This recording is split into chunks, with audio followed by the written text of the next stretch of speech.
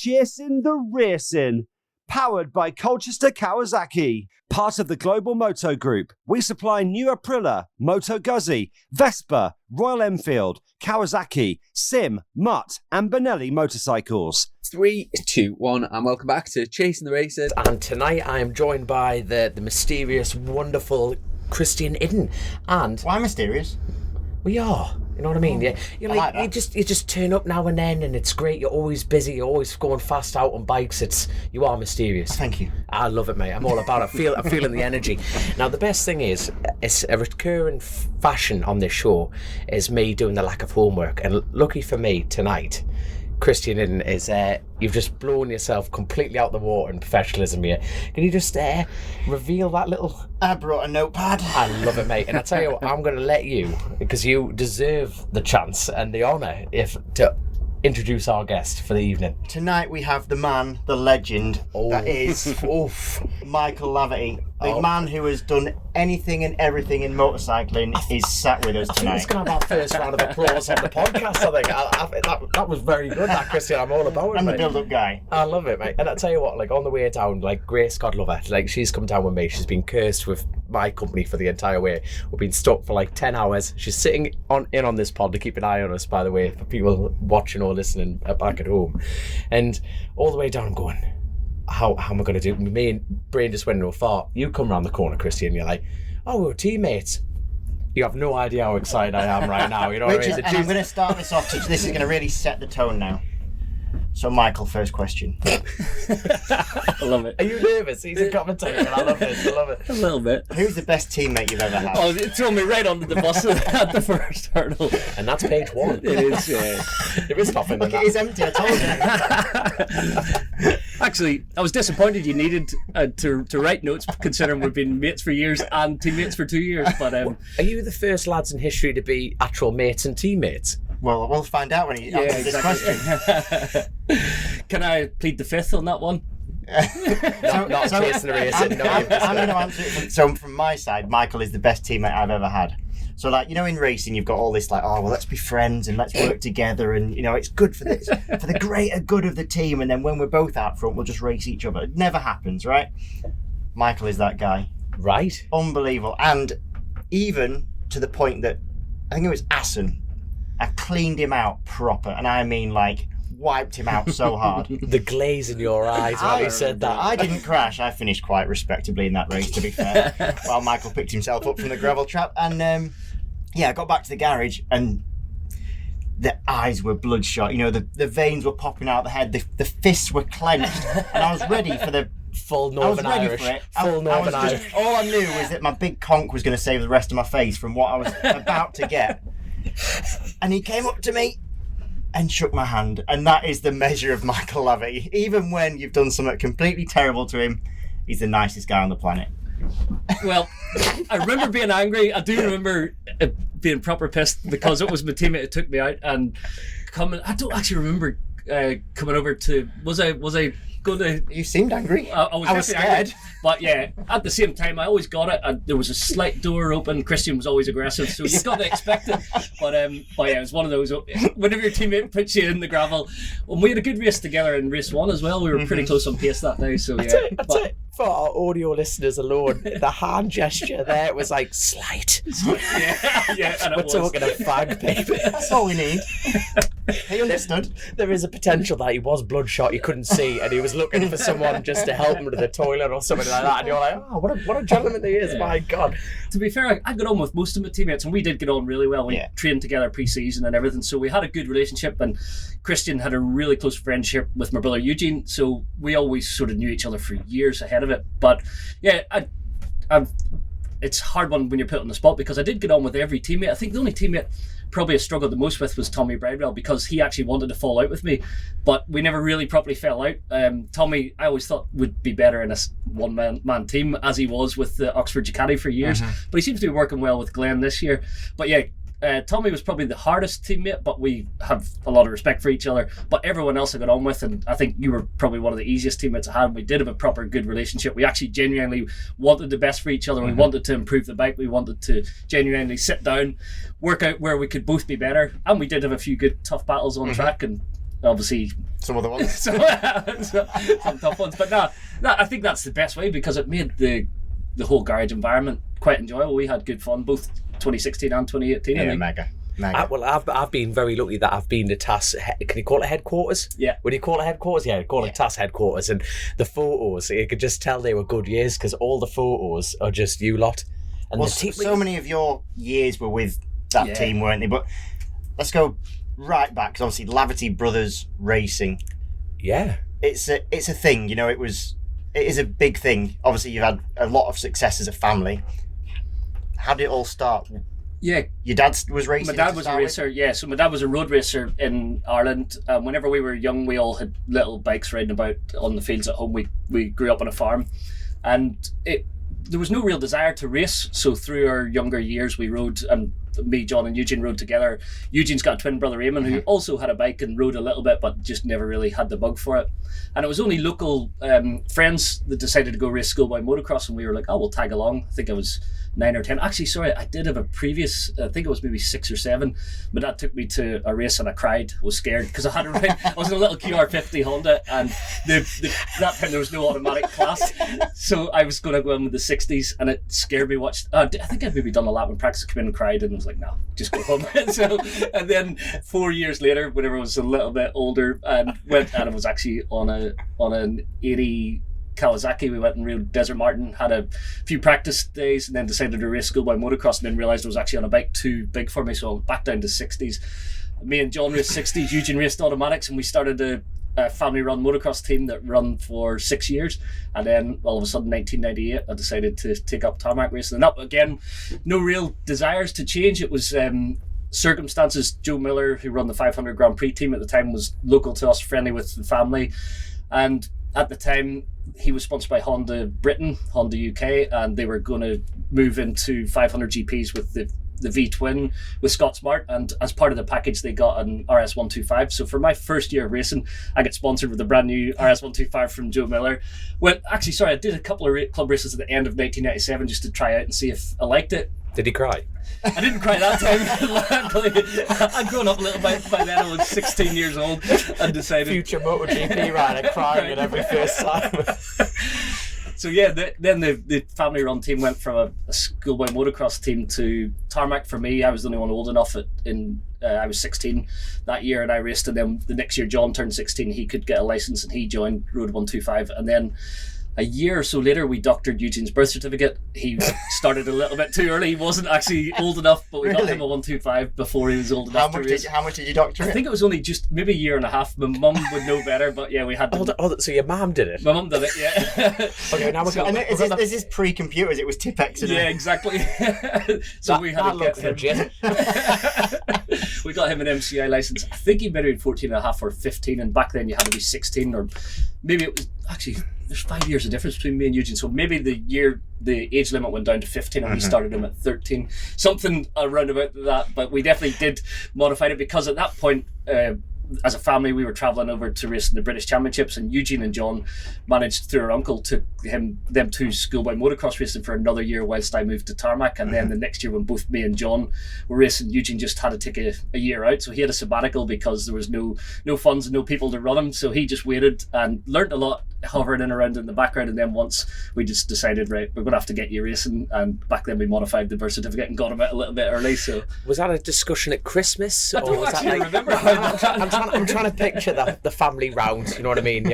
You've all had your dinner, you know what I mean? Grand's in the corner sleeping, and you're like, what a great idea. Mum just happens to get the birth certificate out. Oh, I've got a great idea. This is a great idea. Now, the first thing we've got to do about this great idea is never tell a soul until you're on a podcast. When we've all finished racing. We're all retired now, yeah. Eugene's finally stopped this year. But yeah, our house was manic because 6 kids and then... 6 of you? Yeah, so I had 2 sisters as well, 4 boys, 2 girls. No TV. No TV. Typical Irish family in the 90s. 6 of us. And whenever friends come round, we're like, this is bedlam because everyone's talking across. It was normal. But even now when I go home, I've been living in Wales for... It's not just bedlam, years. but Michael's dad has got the strongest accent ever. So obviously I spent a lot of time around the Laverty family, and I still have no idea what Michael's dad ever says. I get to the point where by the third time I've asked, what do you say? I just nod or shake my head. Yeah. And then when I get a funny face, I realise it wasn't the right answer, so I do the opposite of what I did last time. And then that's kind of how I get the conversations. So whereabouts in Northern Ireland are you? Like, is the Laverty family from? So Toonbridge is our closest town, and it's about 30 minutes north of Belfast. So Right, not aye. a small village. I saw Belfast. I can hear your dad's accent right now. There you go. That's class. Is the shop still there? With the with us in the window, it is still there. I was back recently. I haven't actually looked Grace at it. says we need to find this to place it in. There's a very cool... Hold on. This is inside crack. What shop? How did this shop? What? They're so famous, right? If you literally put Laverty, Northern Ireland, it will get to them. That is a thing. So whenever fans, actually normally German fans would send some photos, and sometimes they would just say Laverty, Northern Ireland, and the postman would finally get it to us eventually. But we're a small like, imagine having a mural in your local village of you. It was me, What's your John, village? and- What's your village called? I'm sorry. There's Rossi and the Lavertys. I think Yeah, that's the only time this could work. It was our local. Cool, isn't it? I'm doing this for crack now. Like, I didn't think it existed, and then I rode past it. I got It's hooked right to it. there. It's amazing. let me just write bullshit. Yeah, P.O. Laverty. give it a rattle. Your dad opening the pub. But this is class. Right. So what? So sorry, shop. Was that actually a shop, or was it what's? Yeah, no. it's called- We call it Toonbridge. Toonbridge is the town name, but it's actually Toom. And to tidy up the shops that were sort of unused, then they did put some local sports people. It was me, John, and Eugene. You were going to say heroes then, weren't you? I didn't know the word to use. But, He nearly did it. but then we have some heroes. Tony McCoy, who's on the other. He's a local, jump jockey. Tony McCoy, one of the most successful UK jockeys, and he's from near neighbour, family friend as well. Actually used to live down here and used to come and watch us at Thruxton back in the day. So he was on, and I'm trying to remember who else is on there. Rugby/Gaelic football player, and his name completely eludes me. That's not good, but yeah, it's nice. So they were on unused buildings, yeah, to try and tart them up. to tart up It's cool. the buildings. You've made it when you're getting used for like. When you've got a mural, like we need this tartan up. Grab me a Laverty. And the sibling thing, because you have raced against each other at occasions, but probably more against John. John, yeah. Eugene, very little. World In Super fact, Sport. when did you race against Eugene? It's very, very little. 2009, I had a bit of a sabbatical from BSB, rode AMA Superbike, and then done some wildcards on World Super Sport at the end of that and he was season. on the Park Algar He was in the Park Algar bike, and I rode for an Italian team. And then Sam Lowes was my teammate the last half of that year. We had good fun, but I was nowhere near Eugene. Eugene absolutely annihilated me that year. He was winning, battling for the World Championship, and I was With struggling. Keenan, was he? That? Yeah, with Keenan and Cal. Oh, nine. So that's on a Like pro. orange soda. Yeah. Who loves orange soda? Put that one together. Jesus, what? Like, Grace, God love, has got to put the thumbnail together, and I'm trying to think. There's no way she's heard of that. No, but when she Googles it, she goes, I can't put that on how I picture what's going to go on, you know what I mean? Like, great, clever editing. Anywho, yeah, love it. But more against John. But more against John, yeah. So that was the only season I think I really raced Eugene, and then John quite a bit in BSB. So I came back to BSB in 2010, and John had a strong 2009 whilst I'd done AMA and World Super Sport. He had some good races in 09 and then 10. We did race quite a lot against each other. 11 again, and then 12 or 11. John got hurt, so John smashed into the wall at Oulton Park and broke everything. Was that on the Aprilia? No, that was on the Build Base Build Base, BMW. was it? Yeah. So he locked the front over the clay. Is it Clay Hill, the one onto the start finish? I don't know what it's called, but yeah, the crest. The crest there at the start finish, and then went feet first into the wall there, and pretty much broke everything from his ankles up to his shoulders dislocated. So he went. I always say it was like crumple zone, so everything broke on the way in. If he'd went in sideways or head on, he'd have been dead for sure. But that was probably my worst experience in racing, because when you're sharing the track with your brother, if there's ever a red flag, I always would ride around going, please don't be John, please don't be John. And this time I came over the hill, and it was the bike had hit the bales, and it was just like an explosion. I went down pit lane and seen my dad walking out through the pit wall to go and see him. I went into my pit box, and Pete Jennings, PJ was my crew chief, and he was like, nah, he wouldn't let me go up there because he thought the worst. So that was horrible, sitting there trying to do a debrief for 10 or 15 minutes and not knowing what was going on with your brother up there. But then actually they let me to come to the medical centre, and at that time they'd given him some ketamine to put his shoulders back in. So he was in good form. He was in good form. His eyes were rolled back in his head. So because his shoulders had dislocated and his arms had gone out backwards, and they only had... They said if they didn't get them back in soon, he was going to lose his arms because the blood flow had been cut off for so long. So they give him ketamine, put him out, and then they had a really fight to get his shoulders back in. So yeah, whenever I went to see him that night in hospital, he was ready to go on a family holiday after the weekend, and he was like, just tell my wife to go ahead and I'll come later in the week. He didn't realise how bad he was, but he was 3 months in hospital after that. Yeah, he was...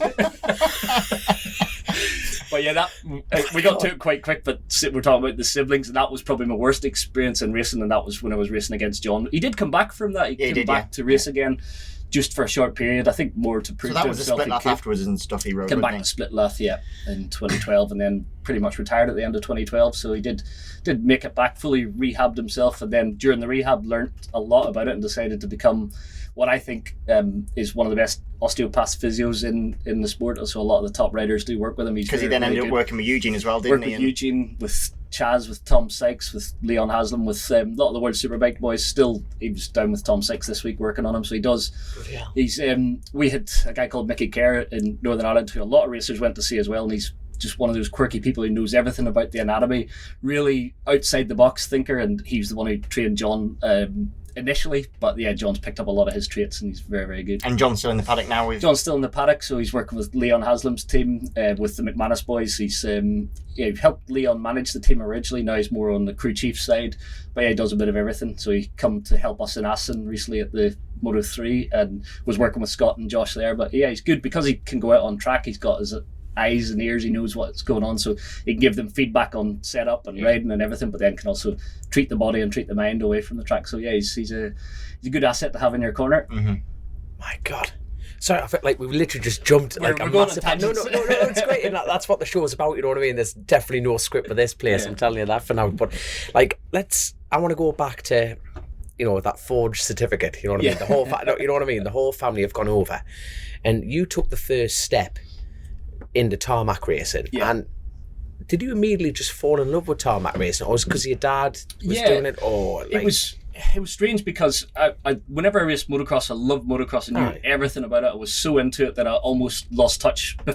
Prior to becoming a motocross rider, I was all about 500 GPs, about road racing in Ireland. I knew everything about it. I was an anorak.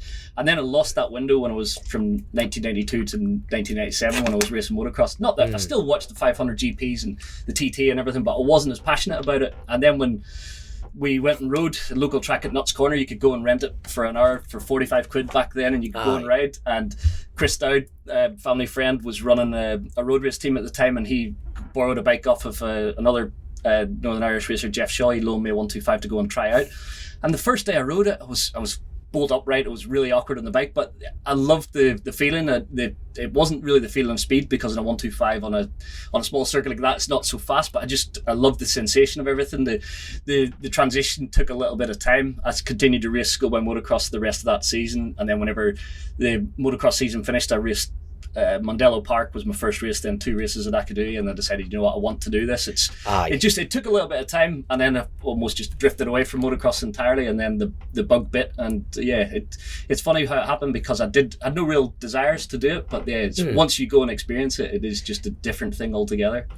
Sitting back and looking at your brothers, like, was their reaction the same, or was it? It's interesting, that like I'm the only one, like I've got 2 older sisters, and I'm the only one that race, and I can see, and you did the same with your dad, and same with you. You look and go, I can see why they love it. Yeah, and that's the driving force of it. But actually, you're looking at your brothers, because John came with me those tryouts, and he rode as well, but he was too young to get a race license at the time, so he initially had the bug for it, but couldn't switch over, so he had to spend another year racing motocross. But he definitely had the passion for it straight away, had to wait for a further year, and then Eugene, obviously being way too young, he had to wait even further. But Eugene always says, when you ask him about it, he thinks it was good, because taking a little bit of a sabbatical from motocross for a few years give him a real passion for it. So he wanted it so bad whenever we forged the birth certificate and got him a license and got him out there. No, it's interesting because, we always throw that term round, motocross dad kind of thing. It's like, right, you are coming to do this, and you do get a lot of that. You still do. It's just interesting how. Yeah, we were never pushed. The motocross dad thing that everyone sort of expects, because my dad was a racer, you would think that he would have brought us up to potentially be racers, but that was never his desire. He never forced anything on us. It was your mother's. Maybe my mother's, yeah. We are Tipex. We're taking the piss here, Hinny. No. She had desires on it. But yeah, even until we actually were well into being professionals, we still had no real realisation you could actually make a career of this. You can earn some money racing bikes. Weird how now that I'm running the team and seeing the youth now, they're always so focused on a career. That was never even crossed my mind until it was actually already earning some money doing this. Going, oh, actually, maybe you can make a career of it. So it is so different. When I think back, I was from a previous era, almost the new generation. Everyone, they watch GPs, they watch Red Bull rookies, they see that there's a system to come through, and they all watch everything on YouTube, and it's so much more accessible than it was in the 90s. Whenever I wanted to make the transition across, you picked up your magazines, you read about all your latest. You mean the information's more accessible? Pre-internet. So It was like whenever I wanted to know about going and racing in the British Championship, it was a big step for us to come across every week as a family, and actually how my dad afforded to do it as a working man to run three of us and to get on the ferries and drive down. He would work all week. There was an engineer at home, so he had his own engineering shop at home. But then he would work until we loaded up the van. We'd drive down to Brands Hatch or wherever, and then Sunday night, as soon as the race was finished, we were rushing to try and get the midnight ferry. We'd never get it from Brands Hatch. We'd get the 7 a.m. one, and he'd be back in on the lather on the CNC 9 o'clock the next morning. We'd mostly go to school, but sometimes we'd sleep in. But yeah, normally we would get back to school on a Monday. Actually, by then I was going to college, but yeah, John and Eugene would have been straight back to school. And actually, my older sister Emma, her boyfriend's Phil Marin, who's Top Rack's crew chief, so he sort of grew up with us too. What's the crack? Was also Eugene's crew chief. Was also Eugene's crew chief. Was mine as well. So whenever actually it was a stroke of fate. Philip was in a car accident. I can't remember what year it was. Maybe 2001 or 2. But up until that point, he was a mechanic, and he had his own job. But once he got injured, then he started traveling more with us on the racing side. And then all of a sudden he came up with us, essentially learning through the ranks. And then when I got my first ride with V-Trans in 2003, Philip came with me as my chief mechanic then. Then 2004 I went to Birdie, and Philip went and worked as a motocross mechanic with Adam Lyons in Ireland, who was sponsored by Classic Glass, who used to sponsor me in the Supermotos in the winter series in Ireland. So you're Supermoto? I raced Supermoto in the winter, yeah. There used to be a really good winter series in Ireland called the P&O Supermoto series, and back then I used to race Paul Bird and Philip Neal, two people I rode for the longest in my career. I remember racing Birdie for had some really good races with Birdie. Actually, he was riding a 500 Honda 2-stroke, and the first year I was on a 250 Honda. Paul Bird. Bird, yeah. I know he did a bit of motocross, but I didn't know he did Supermoto as well. Really good Supermoto rider. He won it for. He was a very good motocrosser and a very good Supermoto rider. Right. Mm-hmm. Yeah, he was very good, and the series then was so good. It was well backed. You could earn some money doing it. There was P&O ferries. Used to win free ferry crossings with it, so I used a lot of those to go to race my British Championships. But those were in the winter, so you finished your racing, then you built up. Back then, we raced with trials tires on an 18-inch rear wheel. Then people started putting 17-inch wheels with wets on it, but the trials tires years were fantastic because there was quite a lot of off-road. It was really dirty and a lot of mud. You're racing in Ireland in the winter, so it's slippy and muddy, and trials tires on those were phenomenal. So much fun. You almost felt like you couldn't crash because you know what a trials tire is like. It just flexes and bends, and you were just drifting sideways both wheels. So that was the initial transition. I think Birdie was one of the first to go to 17-inch wheels, and his bikes were quite trick, but he was fast. He was hard to beat. As was Philip Neal. He rode a 500 Kawasaki at the time. I didn't race Philip as much. He only done it for 1 or 2 years when I'd started. He'd been previous to that, Jeremy Williams won it. It was a big thing, and all the top motocrossers in Ireland, Alan Morris and William Burgess, all used to do it, and then it was a crossover between the road racers and the circuit racers and the motocross riders all coming together. Irish was the series, to be fair. Like the British Championship was probably secondary to the P&O Winter. You wanted to really? Yeah. Because I remember like wanting, when I started, it was like my dad was like, we have to go over and do that. There was like McMinn, Davey Tucker. Those guys were like, they were like almost gods Yeah, David McKee. David They McKee. were Yeah. fast, and you had just started as I was beginning to stop. I think Yes, there was a yeah. bit of a wasn't really We didn't a race crossover. We very didn't much race at all. each other I actually don't even remember really racing. But yeah, I loved that, and I actually got more and more professional. Then I always called him my uncle, but he was actually my dad's cousin, Seamus Laverty, who run Classic Glass.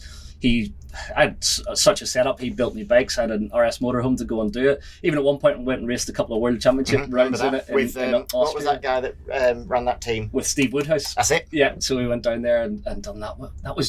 It was just at the period when I'd sort of run out of money running by myself in British Supersport, and I was at that time Supermoto was doing well, and I actually had considered trying to make a career out of Supermoto, and luckily I just got enough support. I bought an old Tenkata 600 and went, and that year in 2002 I no budget whatsoever. I couldn't afford to crash the bike, and I never crashed it a single time. I was racing against Stuart Easton on the Monster Bob Ducati for Birdie, and I was running out the back of a van. I had Phil In British Supersport. So that was the make or break year for me in 2002. And this is when Phil was your crew chief, because that's how. He wasn't a crew chief. We were operating. We had a truck and a van and a trailer. We slept in it.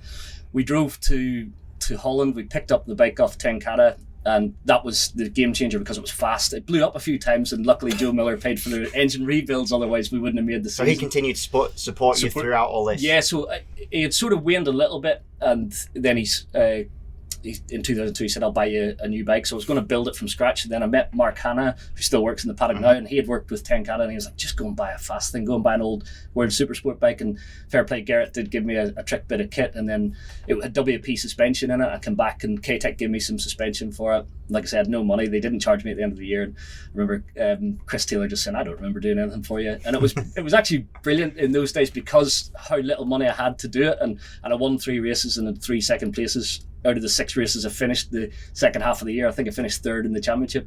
I remember even blowing up. Actually, my engine only had 1 engine. Scott Smart was trying to beat Stuart for the championship, and he'd come and said, I'll lend you an engine if you try and help me beat Stuart. And he never forgave me to the day because I beat him with his engine in his bike at Oulton Park. But I had genuine intentions to let him past at the end of the race, but I remember I was catching Stuart, so I just got my head down and then I forgot and I almost beat Stuart to the line, but Stuart pipped me, so Stuart finished first, I finished second. I took 4 more points off of Scott with his engine, so I always felt bad for that. Were they crucial? It didn't end up crucial at the end. Stuart would have won it either way, but yeah, that was one of those. No, you're not brushing this over. It's one of those. Oh, no, look, I'm sorry, but this show, it delves on detail, and I need to know, you crossed the line, what was the first word? Shit? Or a little what's bit, yeah. I remember going around the lap and then because your nose isn't as big as him to take a slap. I thought, oh, shit, I've messed up here big time because Scott was well, we're still mates now, but it was such a nice thing for him to do. Yeah. He knew that I didn't have a spare engine, and it blew up on me 3 times that year. When one of the weekends, I remember at Brands Hatch, I just didn't have a spare engine, so I pulled my old 125 out of the. I actually would have raced Eugene and John that day, so I pulled my old 125 out of the van on the Saturday morning, and I put it in the front row of the grid, and I battled for the win, but my bike was a slug, so I think I finished 4th or 5th, but it was such a good race. I remember scrapping. So you went there to race Supersport, you thought, but it blew up, so you just went. Friday, and you nearly won the 125. And I nearly won the 125. So I had a 125 from the previous season. That's we always amazing. carried it around in the back of the van, so I got it out. I remember John Pearson was racing in the battle at the time. He said, hey, I felt bad every lap because my bike was a slug, and he just kept passing me down the straight, but I was riding my absolute nuts off. Because I think because you stepped down from a 600 back onto a 125, you threw it about like a toy. And I was racing with Guy Fairbrother and Sam Owens, and there was Chris Martin. It was a good battle. There was about 6 or 7 of us battling for the win that day. But I didn't get the podium. I was heartbroken, but it was a good scrap. I remember fighting for it. And that was 02. That was 02. And was 02 like the first year when things started to come good for you, where it started to be like a realization of this can be a thing? Yeah, but still not thinking I could make a career off it, that I could maybe just get into a team in British Supersport, and I would have a mechanics, and I'd have bikes prepped. At that time I was driving back and forth and prepping my own bikes. I've been never that good mechanically. Luckily I had Phil there. Yeah. But yeah, I was doing everything myself, and like I say, just scraping by. I remember I would only allow myself 1 set of new tyres a weekend for the race, and then I'd qualify on scrubs. Sometimes because back then you used to win tyres for the podiums as well.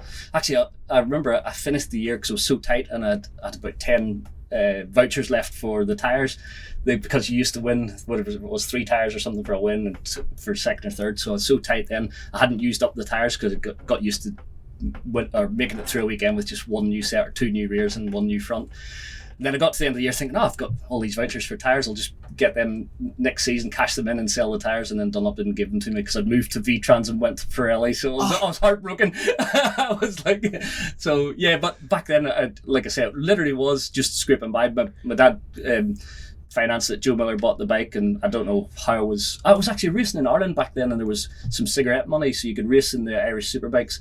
It was the Lambert and Butler series and the Regal series for Supersport, and you could win 600 odd quid a day or something, or per race in those. So you could come out of the day, if you won the big race, which might be $1,000, you could come out with 4 or 5 grand, and that helped fund my racing to go to the British Championship. And yeah, that was the breakthrough. It really was make or break. And then I got a call from Robbie Burns at the end of 2002, and he offered me a ride, and it was the first time I ever rode for someone else then in 2003, and brought Phil with me as my mechanic, and that was and Robbie started because he started as just a brand new team, did he not? Yeah, 2002. I remember because it was the V-Trans. They were bright yellow with black outline, really cool looking things, and it was you with Callum Ramsey initially, and then Dean Thomas. So Callum Ramsey had raced for Hondas. The previous year he was racing Suzuki, and they were running more privately than V-Trans became then for 2003. So Robbie he just bought a new truck, went to Tenkata and bought all the bikes, and we did have it was sponsored by Pirelli, but it was yellow like the Tenkata bikes, and it was a big step for us we were a brand new team. I remember Robbie lived up just outside Bathgate in Scotland. Philip lived there a lot of the year. I remember staying a lot of the season up there. But yeah, it was good times, it was good fun, and yeah, we just cracked on as a brand new team, and we done some World Supersport wildcards and everything that year. It was good, yeah, really good memories. This is just class. I can't believe, the thing is, we always end up rounding. I'm not rounding it off. I sound like I'm rounding it off now, but you end up going, what was the happiest years? That sound like, the way you actually put that across sounds like the best years of your life. Was the best years pre becoming pro or post becoming pro? Yeah, that's a good question actually, because I haven't actually thought about my early years in quite a long time, because you know what you're like in bike racing, you're always focused on the next thing. But when you think back, and I remember doing an interview and saying, actually, I don't know if I'm looking at it with rose tinted glasses, that you forget all the hard sweat times, and the tears, and they haven't got enough money in the exactly. Yeah, obviously, I don't know how my mum and dad did it. Raised a family of 6 kids, 3 of them racing bikes, and obviously my sisters and Eamon, my brother. Did they contract you up early, by the way? You're still paying them off? Yeah, I should be, maybe. Your mum. But yeah, those were such good years, actually, privately. But then I do think actually becoming professional then changes everything. And I maybe enjoyed my racing too much, and possibly why I didn't have as much success as maybe I had the speed to have, because I was happy if I finished second or third, whereas winners are never happy with second or third. They're so driven. So maybe I wasn't as driven as I needed to be. I enjoyed being part of it all. I enjoyed the whole process of being a racer. I enjoyed being in this paddock. I enjoyed being in World Superbike and in AMA and MotoGP. So I got to experience everything. World Endurance. I loved World Endurance, actually. I didn't get to do it long enough. Dipped in 2014, had a couple of races with Yart and absolutely loved it. And then it was hard to do it alongside sprint racing, and then went back to it just as I was retiring. In 2019, I did it half a season. We did finish third in the world that time without doing all the rounds, but absolutely loved it. And if it wasn't for COVID, I probably would have kept doing it. It was that stop there sort of made me transition. I actually still haven't retired now. I've never announced my retirement. I just sort of moved into another arena. So I still love riding, and if it wasn't so busy now, if I stayed in shape and rode a bit, I would, if it was a free weekend or there was a free bike this weekend and I was still in shape, I would come and race Thruxton, but I'm not in shape because I've been 2 years. Even you stood in for, I can't remember who it was exactly, because it was a year when I had about 10 teammates, but you came back in. Oh, it was the late Keith Farmer in 2019. Was it Keith you stood back in for? At Snap, and beat me. I did, yeah. He came back, sat on the couch. Came back, I was the big all singing, all dancing. There's you, chin-ups and ribs and everything. He's been too kind. You were slightly injured, so Knockhill weekend. He is actually the world's nicest teammate, isn't he? He is, I told you. You're essentially a cripple, don't you worry about it. So.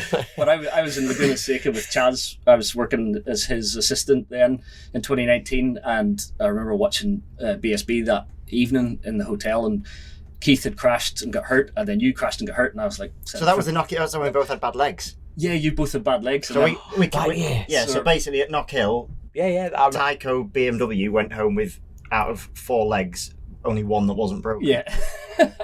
basically. That's mental. So I remember messaging Philip going, right, I'm getting my leathers back out again, because I was still helping a little bit that time. Whenever I had a free weekend, I'd drop in with the Tyco boys and try and do a bit of spotting and stuff. And so I came that weekend at Snet. Had a good, considering I hadn't rode top 5, I think. Yeah, I hadn't rode the bike at all because it was a new model and I was fast, but and that would have been the Gen 3, that. Yeah, that was the first time I rode it, and it was a good step from the 2018 chassis. So I remember getting on it and loving it. Actually, I remember spent the Friday, it was slightly bent from Keith's crash because I could turn right good and I couldn't turn left. And then remember they rebuilt the frame overnight, rebuilt a new chassis on Saturday morning, and then I actually got my head into it. I think I didn't make it to Q3, but I had a good race in the top 10. And I remember looking back at pictures, and I was battling with you and Jason O'Halloran, and I remember going, bloody hell, actually, the next year you two were battling for the championship. I was going, actually, we weren't too shabby considering it was a part-timer.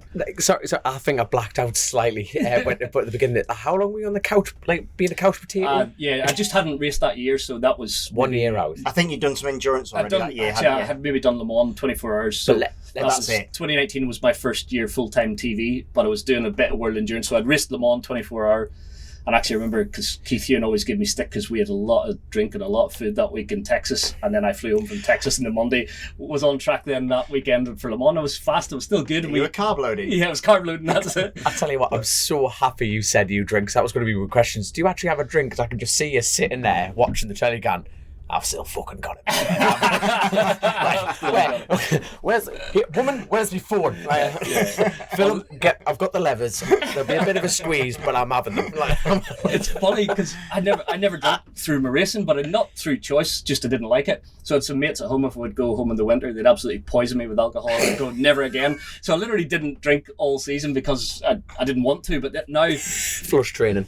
I blame Colin Edwards, Neil Hodgson, Keith Ewan, everyone that year. The first year on TV, they introduced me to beer, and I hated beer before, and then once you acquire the taste, and then you become a sociable drinker, and that's what I reckon. I'm like 10 kilos up from a racing weight, and it's all beer. So yeah, I've got a beer belly, but I enjoy the sociable side now, and I enjoy because I work hard, so it's one way to de-stress. It's not the right way to do it. I should go training or cycling or running because that's probably better. But it's your switch off. But it's my switch off, and sometimes actually I tell my friends last year. I thought you were going to pull a bottle from out front. It's my switch off. But I remember last year I had so much work on my plate that I used to work long hours into the night, and I remember like sometimes I'd be drinking gin and tonics. I'd work to 3 a.m. and I'd finish my VAT returning, but I didn't realise I'd get up the next morning thinking I had a lot of work to do. I was like, hell, you done all right there last night. I'd maybe have to check the numbers again, but yeah, it did help me through last season. I was working so many jobs trying to run a British Talent Cup team, move into the Junior GP series, have the first year of Moto3, so I was building 3 teams from scratch in a short period, and then doing everything because I didn't quite have the budget. So in the Spanish Championship I would drive the truck and manage the parts and manage the team, then fly from there, because in Spain you have to be there so early. You got to be there on a Tuesday, set up on a Wednesday, then they practice on a Thursday. So I had to come back from a GP, get to the workshop in Barcelona, drive the truck down to Portimao or Jerez, get there and then help set up. And I remember even at the start I was unloading the truck and loading the truck, and at the same time paying all the bills, paying all the staff, organising the flights for all the GP team around the world. I was doing everything, and not because... On gin and tonic. On gin and tonic, that was the fuel. But yeah, but I'd done too much, but in a way...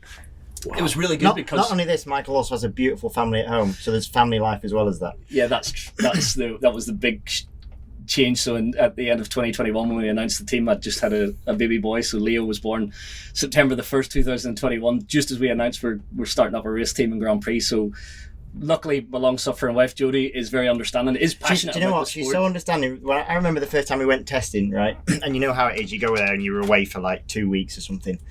And like you phone your girlfriends and your wives or whatever, and we were sharing a room, so I'd always scoot out the room and go and like make the phone call. And Michael never ever left the room ever, and it got to the point like about 12 days into this trip, I'm like, you spoke to Jodie at all? You know, like do you even talk to each other? He went, yeah, I texted the other night.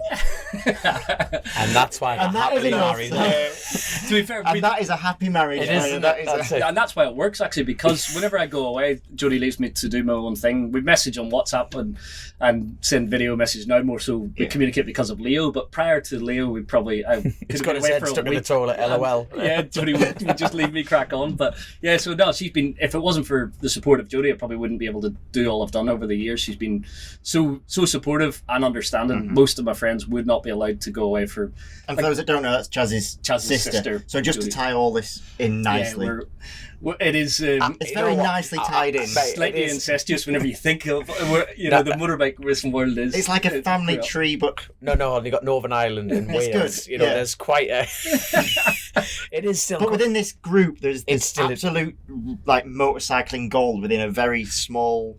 Yeah, I think we all sort of grew up together, learned off each other. His lap times are going to be great. You know anything about it? What, Leo? Bloodline of the Davies, as well as the Lavertys. Jodie's saying Leo's not racing, but we do live on a kart track. I was going to say they live on a kart track. So I think keeping away from... So Kinsham Raceway is the family business of the kart track that Chaz grew up on. So Chaz's dad built this is a side story, but Chaz's dad built a kart track from scratch by laying bricks. Originally, it was breeze block. It was actually. And you'll know how many thousand breeze blocks did he lay by hand? I should remember. A block at the minute. That's an expensive track. He literally just set two in his field. Yeah, it was originally it was a field. It was a grass track like Bone Shaker karts. Then he laid it with breeze blocks. Then finally tarmacked it. So yeah, that was the family business that Chaz grew up on the kart track there. Then it was mini bike races, and it is still a functioning kart track and practice track now. Are you and Chaz like the same age? I'm a little bit older, so we did race together 125s back in the late 90s when Chaz started. 2000 and 2001, I'd raced Chaz, Casey Stoner, Leon Camille, all 125s in British Championship. And then, as you touched on, you then started to work for him as a spotter later on. Yeah, started to do it as my career was sort of winding down. I actually done it a little bit in 2015 and 16, and then done it more, and then become his full-time gig. Then I was a spotter and rider coach in there for Chaz in his Factory Ducati years as well. And then took a fancy to his sister. That was a long time ago. Yeah, so me and Jodie got together in 2002. Actually, was the year talking about everything sort of changed for me. So the good year. Yeah, that was a very good year. And then Jodie, we've been together. We got married in 2014.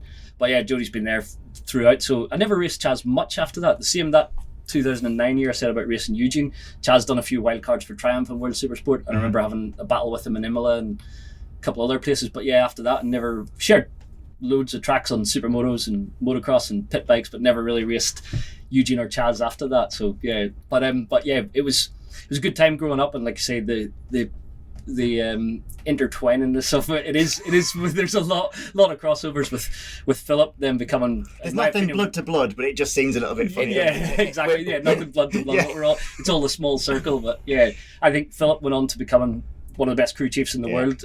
Works so well with Top Rack now, and I think I'm proud of. I was part of Philip's development. We worked together all those years. Then he went on to work with Eugene, then Sam Lowe's, and on and on. So yeah, he's having a lot of success now with Top Rack, and he's one of the best. And then Chaz's career had a little hand in that as well throughout. Then Eugene as well. I did do a little bit of rider coaching or spotting for him before John became his full-time one. So when I was at World Superbikes, it was funny because I was working with Chaz, but also dropping in to see how Eugene was going. And so yeah, it was all close knit, but those were good fun times as well. So yeah, I've done a little bit of everything in motorbike racing through all the years, and loved every minute of it. I tell you what, like I want to go back a little bit and talk about, your focus within the sport, and you literally sat there and just went, I wish I focused a bit more. You said you enjoyed it, and I think it's a very healthy and a good way to approach it. Like I enjoy being part of the scene and everything, but do you regret not having that bit more? Where do you think your life could have been? It's interesting because you glazed over there and you were like, I just wish I did this a bit different. Yeah, but I don't think it's in my makeup. So right. it would have been taking me too far away from what is comfortable, what I enjoy. And looking back at, I don't think it would have changed my life a lot. Yeah, if it had won a British Superbike title, it was what I was really driven to do. But there was probably 1 year I could have done when my teammate Tommy Hill won it. I had a really good bike that year in Swan Yamaha. To be fair, that was maybe one of the regrets in my career that I didn't stay with SMR with Sean Muir for 2012. I moved to Honda because that package, I could have maybe won a championship if I'd have stayed there. But yeah, the second half of that year, things clicked for me, and I felt at that time I was the fastest rider in BSB, so I had to give up wins to help Tommy, or was supposed to. Actually, Sean fell out. Did you forget again? I forgot. No, I didn't forget. Brands Hatch finale. Tommy was feeling the pressure coming in, and it was a Saturday afternoon race, and I was supposed to let Tommy pass, but I went and won the race because I had really good pace. The bike was working so well.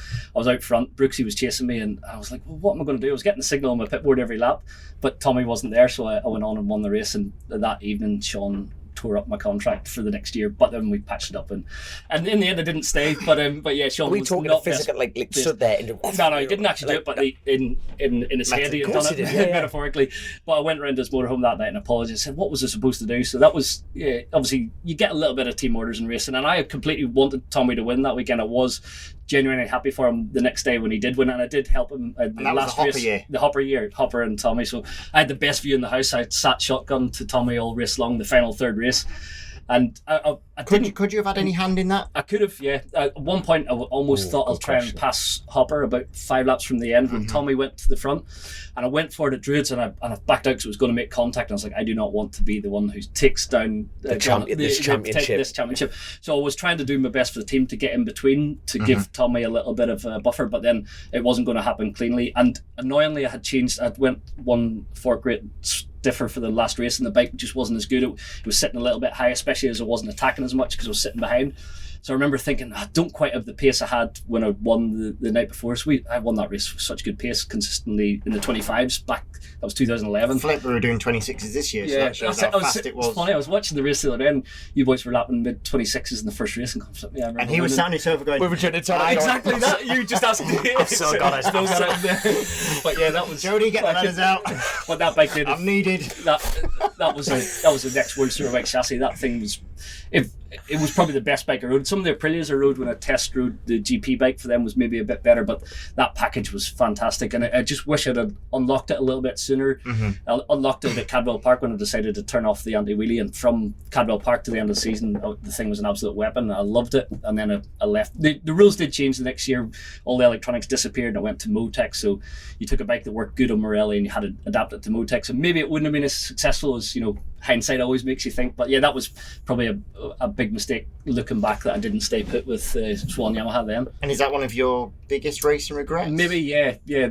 But then at the end of the day, it led to getting a MotoGP opportunity. I was going to say, so this was pre-MotoGP. Yeah, that was before MotoGP.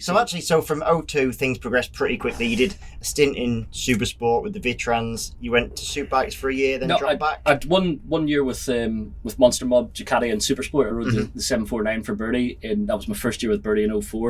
Then Stobart Honda I was a rookie in Superbike in 05. I raced Stobart Honda 05 and 06. And that was a 3-rider team. Was that me, McWilliams and Gary Mason in 2005. That was my first year as a rookie. Actually, I put it in the podium a couple of times. And back then, it was hard because you had the tyre war as well. So you had to have the right Dunlops on the day. And in the mid-season point, I was coming good. Unfortunately, I got hurt at Silverstone, so my water pipe blew off at turn 1, and I high-sided, and then I slid down the track, and unfortunately, the water that came out of my bike took down Ben Bostrom and Carl Harris behind, and Carl Harris's bike hit me here, just on the side. I've got some photos of it. You can see the bike coming, and just where it hits me, and it looks like Exorcist that my head spins that way, and my arm spins out behind here.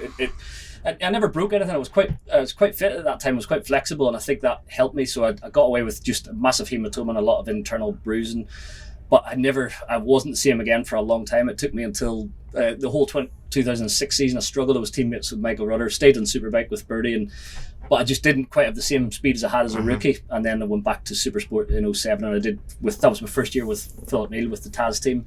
We won that championship, and then I went back to Superbike after that. So that was my only dip back to Supersport, but we delivered a British title, my only British title. So yeah, that was... but at the same time, that was when British Supersport was the exact same as Superbike. The quality, the class, the riders, everything, you know what I mean? I got it a little bit easier though. That year there was an exodus, so my brother Eugene, Cal, Leon Camer, Tom Sykes all went to World Championship. So it was still tough. We were doing similar lap times or better that year, but there was that exodus of the next crop of British riders. The fast guys had all just moved on. But it was, you think of those years, in 05 when I was a rookie, me and Jonathan Ray were rookies together in Superbikes, and actually I had some good races with Johnny that year. We both went up together. We rode similar bikes. I remember he took pole at Mondello, but we raced together. And yeah, we had some good times back then. But coming from Northern Ireland, obviously I wanted to beat Johnny and he wanted to beat me. But you look back and go, I remember being so annoyed when Johnny beat me at times. But then you look at the career he's had. So I just go. At the time, he was just that kid that's from down the road. Exactly. Yeah. Wanted to beat him so bad. But now I look back and I go, you know what? That I was even at his level for those couple of years then is a proud thing, because Johnny is in my opinion, the best superbike rider. Well, he is in stats, the best superbike rider there ever is. And if he had got a MotoGP shot, could have been one of the best we've ever seen. So yeah, to look back on those couple of years racing Johnny and be frustrated that he came out on top a little bit more. In 05, I came out, when we were rookies, I think I came out on top a little bit more than him. But then the next year, he went to the Red Bull Honda. It was a bit more factory, and he did win some races. He took the step, and I was struggling that year. But yeah, that was a tough year because I couldn't get back to the speed I'd shown in 05. But then the reset, the come back to Supersport, and then I got up to BSB again with the Taz team. It was weird because at that time American racing was so good, you could earn so much money, and I won the Supersport. I went over there and I got offered a decent contract with a lot of money, and I said no to it because I was like, no, I want to race BSB again. So I stayed with Relentless and raced BSB. It was their first year in Superbike. The bike wasn't that good. I had a tough year again, and then 09 I was like, you know what, I'm going to America. Chaz was over there racing, so I went. And the team I was supposed to ride for collapsed in January or February, so then luckily Celtic Racing, Barry Gilson, and he had run Chaz previous and Alistair Seeley before that, so he got me over, and we just raced. He didn't have the budget to do the full, because travelling across to the west coast to the California rounds costs a fortune in diesel and whatnot, so we raced all the east coast. But that was good fun. So Chaz was racing for Aprilia that year. He had been attacked Kawasaki, then went Aprilia, the RSV, the old Millie was eligible for Supersport, some weird rules, and I was racing a super stock 1000 Suzuki in the Superbike class. So it was a stalker with standard wheels, standard discs and everything, but I did put it in the podium there at Road America with Matt Mladen and Ben Bostrom stood between them. That was good fun, actually. I had some really good races with Josh Hayes and doing Daytona on a Superbike, and I remember racing on the AMA Superbike race on that day with Josh Hayes across the line. I think he just got me by half a wheel, but done actually scarily now when I think back, I'd done an endurance race just to learn the track the week before on a 1000cc bike, and I didn't change tires, so it wasn't the full 200 miler, but it was pretty close. I remember not really knowing, and some of the boys after the race sent to me, when we seen you go out pit lane again and not changing tires, we were like, oh man, because at that time tires were popping. That's why they made the Daytona 200 600, so I was running around the bank in full gas and the thing's spinning up onto there, because they're bowling ball tires, so they did spin all the way up the hill to the bank, and then you rode around the top of the bank in full gas, counted the posts when to come back down off, then you brushed the wall on the way back off there. That was the closest I ever got to road racing, but it was such a buzz. But yeah, that was good fun actually going to experience Daytona, Road America. I remember racing Hodgie a lot that year in 09. He was in the Corona Honda, and he had successful years there with Ducati and factory Honda, and then the bike level was coming down. He was slightly injured with his shoulder, so we had some good races together, but it wasn't the Neil Hodgson World Superbike rider. He was debilitated because he couldn't push or pull too hard with his shoulder. But I had some good races with Hodgie that year. I had such a good experience just to travel America, and we jumped in the RV, me and Chaz and William Myers, my chief mechanic, and Barry, and we would just sit all the way across country and it was days of traveling to the next event. But yeah, those were good times as well. Good experience to go and do something completely different. I remember actually Hodgie coming up to me at Daytona, and he was like, shook my hand, he goes, oh, fair play, because I had turned down some decent paying BSB rides that year to go and do that. And he's like, it's nice to see someone just go outside the norm and do something different. And probably wasn't the best move career-wise, but it was a good life experience, and it was something that probably, it made me actually, that was a good thing. It made me appreciate coming back to BSB and having a paid ride again and having good tools and everything at my disposal. That was almost a step back to doing it a little bit yourself. Wasn't earning anything that year, was paying all my own flight. I had some help here and there with flights and stuff, but yeah, for a few years I'd earned some money, and then I was eating through it that year, traveling to World Supersport to race, traveling to America to race. I wasn't paying for tires or cost, that was just hotels, flights, and doing all that. It soon eats through any money you'd saved up. But yeah, then it made me appreciate. I remember the email I sent to Philip with the desire. I was hungry to ride his bike again next year. He really loved that hunger. But me and Philip always had a good relationship, a friendly relationship, and I rode for him. I can't remember exactly. I rode for Birdie 5 years. I think I rode for Philip 6 or 7 in my career. So two people that I raced against in Supermoto and then raced for them for so many years, and always had a good relationship. I think that was always a nice thing, that I was always welcome back. So if I was available and I spoke to them, they were happy to have me back. So I guess that's what you take pride in, that people, the relationships you build. Which is the measure of you more than... Well, thank you. But yeah, I guess... I mean, you wouldn't answer the first question of who's your favourite teammate, but who was your favourite boss? Birdie or Philip? That's a tough one. But I had a really good relationship with both, to be fair. Oh, God, bollocks. Answer the question, man. And some arguments with both. Yeah, some arguments with both. Me and Birdie we only really had one proper argument, and it was over Eugene. So in what year was it? I can't remember if it was 13 or 14 in MotoGP, but the Assen weekend, it was 14 because Brock was my teammate, so it was the second year of MotoGP. But Assen, it had rained on the grid, and Brock crashed in the warm-up lap and had to start the race from slicks, but because he started in the spare bike from slicks, he actually led the race for a bit, and I headed really early. So I was following Scott Redding around, and I was like, this is time for slicks. So I went really early, came down, and the team hadn't the bike ready, so I had to go around. Oh, never. And then I came round again, and it still wasn't ready, so I had to go around. So my race was done, and Eugene said something on Twitter that Bertie didn't like, more or less. That was my chance in GP to actually lead a race or be up there because of the conditions. And then Bertie took it bad, so I got summoned up to the workshop. And I'd come back from Assen on the Monday by normal channels, whether it was flying or whatever, and Bertie had helicopter back or jetted back, but I had to drive. I remember Phil Borley was the team manager at the time, said, you have to come up to the workshop. And I was like, I have to drive 6 hours up here to get a telling off, do a really? And he's like, just do it, just go in there, nod, take your telling off. But I remember as I drove up there that day, I got more and more angry, and I'm not an angry person, but it was winding me up because I'd set off at 5 a.m. in the morning to get up there for 10 o'clock or whatever. To get told so off. did you have to 6 hours of building yourself up for this? So I remember Bertie, we sat down at the table, and it was just me, Bertie and Phil, and Bertie was like, I'm not going to go mad, and I was like, let me stop you there, Paul. And then I went into him, and I was like, actually, that's not me at all, but I actually give him 6 hours give of him rage. barrels, both barrels, and it didn't go well. Actually, I got myself sacked by the end of that. So Bertie, but at the end, Bertie actually got up and walked out of the room and said, basically, that was it, done. And he went, and I was like, I said to Phil, what have I done? And he was like, don't know how you're going to get this out of this one. But Bertie went and he got his hair cut and left me there stewing for a few hours. I don't know exactly what went on. But then when he came back, we shook hands, we made up. And actually it was good because I think he had more respect for me after it for doing that, because I never would have stood up. I was always mannerly and polite and never really stood up for myself maybe when I felt. And I still look back and I was in the right because I hadn't done anything wrong. Wait, it was your brother? My brother had said something. I hadn't said anything at all. So I felt that I didn't deserve a telling off, and so I give him both barrels back. Can't actually remember what all I raved at, but I wasn't happy. But actually, me and him had such a good relationship after that, and then he offered me the most money he ever offered me to come back and ride for him for BSB the next year. But I didn't because he already had Shaky and Stewart, so I was going to be a third bike. And I thought, you know what, I went back to Taz again. They had just switched to BMW, and I went and rode the Tyco BMW. But yeah, that was a transition back from GP. But yeah, you say that again. Bertie wasn't happy that I chose Philip over him, so the two of them had a bit, and they had rivalry as motocross riders in the past, and then rivalry as team bosses. But yeah, that's an unfair question to ask who was your favourite, but I had a lot of respect for both, and still do, for what they've done for the sport and the support they've given me through my career. I wouldn't be sitting here without them backing me at such an early. What's your question? I've got a cracking question. So right, that's your phone there. Paul Bird and Philip Neal both offer you a job on the current bikes for the grid tomorrow. You've brushed off the levers. Which bike would you hop on? Well, I think it's a no-brainer. You'd go in the Ducati, wouldn't you? And the BMW. See, the wind's there. You know what I mean? No. You know what I mean? The wind's there. Like, you want to win. When you get on a bike. The thing is, I spent 3 years in BMWs when I come back to BSB, and I think looking back, that was maybe a wrong decision. The BM wasn't the bike to be on in 15, 16, and 18. I got that.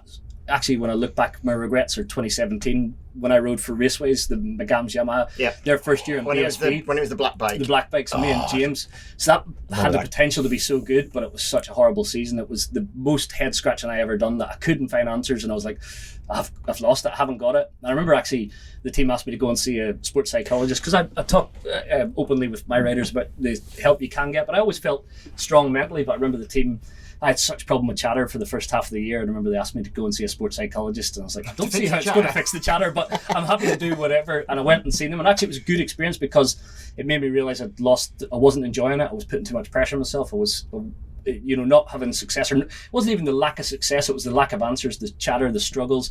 Then we finally fixed the chatter at Cadwell Park, which was only about 3 or 4 rounds to the end of the season, and it didn't really step up from there. And I was like, maybe I have lost it.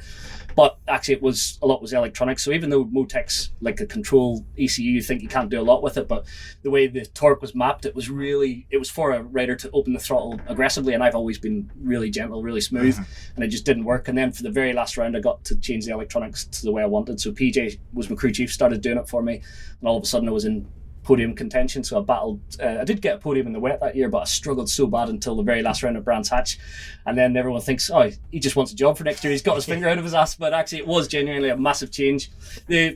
It was frustrating because I did think it earlier in the year, but I didn't have conviction in my. I should have fought. I should have. That's, you know, I was too mannerly, too just thought I was the problem, and I really wasn't. So that had all the hallmarks of being such a good year. The Yamaha was such a good bike, and I was only got to ride it as I could ride it at the very last round. So I remember actually battling with you that day, because you were on fire that last round at Brands, and I had some good scraps with you. I remember turning up that Friday, and I had struggled so bad that year.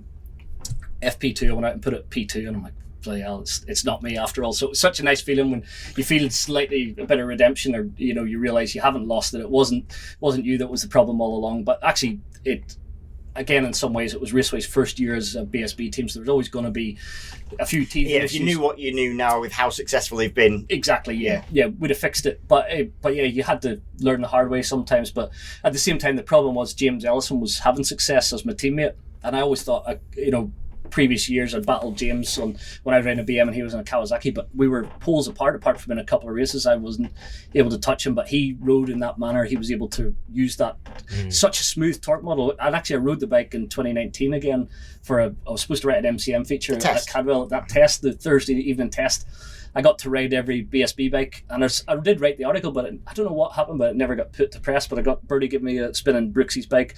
I rode the Tyco bike. I rode Taz's bike again. I remember getting back on it. I was like, oh, that just reminds me of the bike in 2017. So docile. The problem is, if it's too soft, you don't get any extension from the shock. You don't get any wheel rate. It just didn't feel. It never worked right. So with the way I opened the throttle, if you rode it the way Taz did and you just opened it, then fine, it all works. So yeah, it was a big learning experience actually. But yeah, I wish I knew then what I know now, because you'd have fixed it after one or two races. But yeah, that was a tough time, but it's good as well. Whenever you look back, it did make you look inward, and then still had the desire to go again. But I only done one more season then in BSB in 2018, and I had no plans to retire as well, because I got to the end of the season. Me and you were teammates again in 18. I had one podium that year, I think. Yeah, one podium in the wet at Brands, and then got to the end of the year, towards the end of the year, and I got offered the full-time gig at BT. I was doing it part-time on the side. Well, I can remember I came into your motorhome, you wanted to have a chat with me. And that's right, yeah. It was quite nice because you can ask, I don't know about confided in me, but you sort of asked my opinion about it, and I was like, that's a serious gig. Yeah. Yeah, and that was your sort of switch that was the switch off from full-time racing to punditry or commentary. At that time I still had the desire. I think I was 37, and I'd started doing the TV on the side with BT Sport that year, and I think I'd done 7 or 8 races, and then they offered me a full-time gig on a 3-year contract. I'm like, 3-year contract? You'd never get 3-year contracts in racing, so it was a bit of security. I remember at first thinking I'm not going to do it, and it was my brother John who was like, are you mad? You know, until you step away from racing, you don't realise it engulfs everything. Racing encompasses all whilst you're sort of in the bubble. And he's like, he had been retired a few years, and he was like, honestly, don't turn down that, because you don't know if it. I was like, I can do that when I stop. He's like, you don't know if you decide to stop in 1, 2, 3 years, and it's only going to get harder from here to get the best bikes. And you don't know if they're ever going to even get off you that ever again. Exactly. So, I mean, when Michael asked me, to be fair, I was like, yeah, go get it. I was thinking that's one less rider to be. Clever, very clever, very, very clever. But the one thing you did brush over, because you brushed over it very nonchalantly, is the fact that you did 2 years in MotoGP. Yeah. So talk us through MotoGP, because getting to MotoGP, obviously you did your bit before, you sort of brushed over a little bit about what you did in Superbike, but you had some great success, but then you went to MotoGP. Like, how was that? I know it was a difficult seasons in terms of it was CRT versus, it wasn't a level playing field, not even close. No. But how was the experience? Yeah, awesome. I look back and it was a shame. Imagine you got that opportunity now, and every bike on the grid's capable of up at top 10 in it. But realistically, our bikes were superbike engines. They were so much slower than GP bikes. When they went past, it was like being on a supersport bike against a superbike. They passed you so fast. But I remember turning up the first test in Sepang, and actually, when Birdie proposed me, I was 31 or 32 at the time, maybe 31, and Iddon and Dorna weren't too keen, so you're already sort of past it for GP spec, but they were like, no, it's nice to have another British rider with a British team. So got the shot at it, and then the first test I was fast, so I rode the Aprilia at the first test in Sepang, and I was second CRT, so I beat Depunier. I think it was just behind Alicia Spargo. But it was... Who's still going quite well. Who's still going quite well. So, yeah, they were on the Aprilias as well. But yeah, I spent 2 days learning the carbon brakes and the Bridgestone tyres, and then the third day I was like, you know what, I'm not far away. I'm starting to feel this, and I put in some good laps right at the end, and I was second in the CRT race, but it still was whatever 15th, 16th overall. But it was mega, that feeling, and people going, bloody hell, he can ride a bit. So that was nice. It actually meant that the people in the paddock respected you a little bit. But so you did get that respect, even though because sometimes it's hard if you're in a secondary. We've had it before with Superbike and Superbike Evo and those sort of things. People on the outside don't always know the ins and outs, and they just say, "Oh, P15, he's a P15 guy," but it's not like that. Motorsport is not. Yeah, it's not black and white, is it? We're riders and jockeys. we're jockeys and horses. It makes a big difference. Yeah, definitely.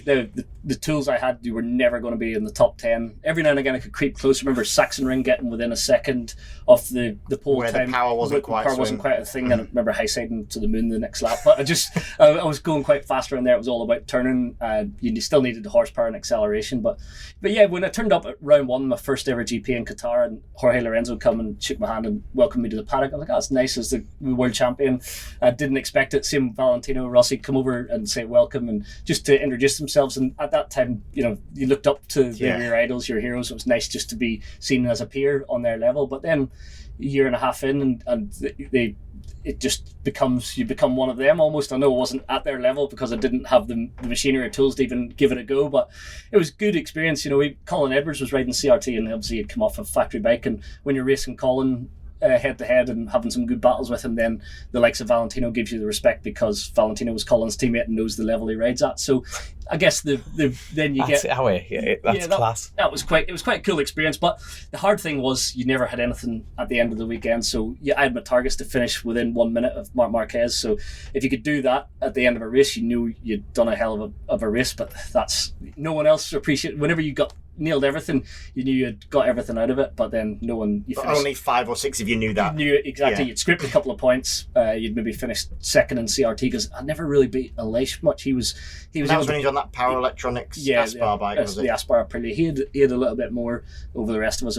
Colin got the FTR chassis working really well and started beating him for a period. That was the MGM bike. But generally, Aleix had everyone in CRT covered by a little bit, and then he got the MGM CRT sort of spec. It changed from CRT to, I can't remember what they called it that year. So it was, you had slight dispensations, but it was a Yamaha with an FTR chassis type thing they built. But yeah, it was in that transition phase, and then the next year, 2015, when I came back to BSB, I was Aprilia MotoGP test rider, but that upset the BMW because I'd done a wild card that year when Melandri was. Full-time Aprilia rider alongside Bautista. You did one round, didn't you? I filled in. So the year Melandri got dropped because he was really struggling. Every time I would test, I was faster than him on the test bike. So they were like, right, we need to get rid of him. So he left, and I was the smile on his face, like just coming in to hell. And that was actually another time I got to race Eugene that weekend. So I went to Sachsenring. He was riding the Aspar Honda, and I rode the factory Aprilia. It was still a transition bike from CRT. It wasn't a full prototype, but it was good. It was probably the best GP bike I ever rode. I had a good weekend battling with Baz, and Loris Baz was there on the Yamaha, Colin, Eugene on the CRT, Nicky Hayden, Oyama. It was one event, but it was good. And it was quite different to my test bike, which was annoying, so it took a bit of adapting to Marco's bikes. But that weekend I was working with Diego Gubalini, who's Fabio's crew chief now, so I had a good crew chief in there. That was a nice experience, and I was so close to getting the ride to continue, but Stefan Bradl just lost his ride, and the summer break happened. So I done the one. I remember because Aprilia were offering good money then, and I remember speaking to Philip, and he was like, if they're paying really good money, then I'll let you go," type thing. And then Bradl became available, and all of a sudden it left me as test rider. It was those sliding doors moments I could have got. I probably would have only been half a seat. No, actually, Bradl got to ride the next year, so he stayed on. So you could have had basically. I could have had a factory. You could have ended up doing 4 years. I could have ended up if it had cut the mustard. But every time I tested, I was good. I remember that was one of the proud things I did at Sepang. The pre-season test it was the Bridgestone to Michelin era, so we had a test on Michelin tires, but the first day was on Bridgestone, so I went out with a new crew chief and he was like, "Can you just go out there, we've got some new electronics program that's self-learning, can you build up like roughly a second a lap?" And I went out, and I think the lap times were 2:02s or 3s I was doing, so I went out, my first lap was a 2:08, 2:07, and it was like bang on a second every lap. And he's like, a robot couldn't do that. And I was like, bloody hell, I did. I went a second every single lap, and my last lap was a 2:02.5 or something, and that time you needed to get into the 2:01s maybe. But that was on Alvaro's bike, and he had quite a weird setup, but yeah, it was good. I was really close to his pace on those 2 days testing after the official test finished, and then I rode the Michelin tyres for the first time. The feedback was quite good. I remember going out and I rode about 5 laps, and I came in and said, something weird happened with the front down into turn 5, and I was like, I'll go and try again. I've done another 5 laps, come in the Michelin boys are going, you're right, there is something weird about 5 people have crashed, please go easy down into there. But it was just like everything was set up for Bridgestones where you really had to hammer the front tyre, and the Michelin tyre couldn't take it because it was softer carcass. It was just it just didn't have the grip. It had too much grip at the rear. The Michelin had a load of rear grip because they had a lot of front end crashes, didn't they? And a lot of front end crashes. So I think the rear overpowered the front, so you leaned in or you threw it down the hill into that fast left, and it just felt so strange. Pushed the front and folded, and everyone crashed that morning. So I got away without crashing and give them some early feedback that obviously didn't total a factor of failure. But yeah, that was a good experience actually being test rider, but it was hard because I was racing BSB. So I'd do a BSB weekend on Pirellis with no electronics, and then I'd go ride a full electronics bike and try and develop the electronics, because they were writing all their own ART electronic system for the GP bike that year. It wasn't all the Morelli unified system then, so we were doing some really advanced electronics on a Monday, Tuesday, Wednesday at Mugello after I'd just finished the BSB weekend, and I had to perform some miracles to actually make the flights to get to those tests. So I remember Donington Park, the round 1, I had to leave my car up at the services and get someone to take me on a bike to get to my car to get that night flight from Heathrow or something. So Philip was never too happy. Philip Neal, that was my team boss. He was like, what you're doing there is taking away a little bit from your BSB efforts. And I had, do you think it was? Yeah. I didn't think it was, because I used to turn up on the Friday and try my best to be up at the front on the Friday, and if I'd done that, I was like, well, it doesn't take me long to adapt back, does it? So I would have that to prove it. But we had a tough season that year, me and Tommy Bridewell. It was hard. That was the first year for the team with BMW, and took until the end of the year. We had a few breakthroughs, and I won the very last race of the season. I saved the best for last, but yeah, contract time again. There's a little bit of a thing going on here, isn't there? But actually, it was maybe, and that's maybe another critique of my career. My crews would maybe say I was always chasing the perfect bike, so I was always analytical and always working, chasing that perfect setup. But I still could ride a bike that wasn't perfect, but I did always work towards it. So that year, whilst the bike wasn't too easy to ride, I struggled. And then at the end of the year, we got a new Sutter swing arm, got the electronic style so much better, and then I turned up at Assen and stuck it in the podium. Silverstone stuck it in the podium, put it in the front row of the grid. I think actually maybe 2 podiums at Silverstone, then Brand's 2 podiums there. So the last 3 rounds of the showdown, I was podium every weekend, and then won the very last race. So it was a step forward. It wasn't just contract time, but I did renew again with in 2016 then with BMW. What I find interesting there though is how you just said how analytic you are. Like listen to all these fantastic stories. It's almost like I was leading up to the question of, would you say you're a naturally talented rider, or would you say you've worked very hard for it? And that last comment kind of threw me off. Yeah, because it's like you're actually you're not just getting on a bike and anything and riding it. You're very. I did have an element of natural talent, that things came easier than, say, my brother Eugene. Eugene was the complete robot, so he was so analytical. He rode in a mechanical fashion, if you like. So if he understood how to ride a bike, he would ride it that way, whereas I could feel it more, so I had a natural feeling. So I did have an element of natural ability, which sometimes you rest on a little bit too much. So I always think back of my first ever season, 1998, racing. Back then the Irish Championship scene was strong, the 125 series. You had Phelim Owens and Robert Dunlop, people who were winning the British Championship. And my very first race weekend, I turned up and put it in pole position as a brand new rider, and these guys were heroes that won everything. So I was like, actually, whenever you can do those type of things, you realize actually you have a natural sort of a talent that makes it a little bit easier to do certain things. But then the know how to go to the next level, that's where you have to really work at it to find that next little step. Is that just a circle question mark for all time? It's like you were talking, who was the rider you were talking to, CRT, who was just pipping you? Alicia Spargo. Yeah, and you were saying he was just that little bit more, and you think, can you round off what that's a good question for the pair. Can you round that off? Like, what is that little bit more? What's the backstory to that?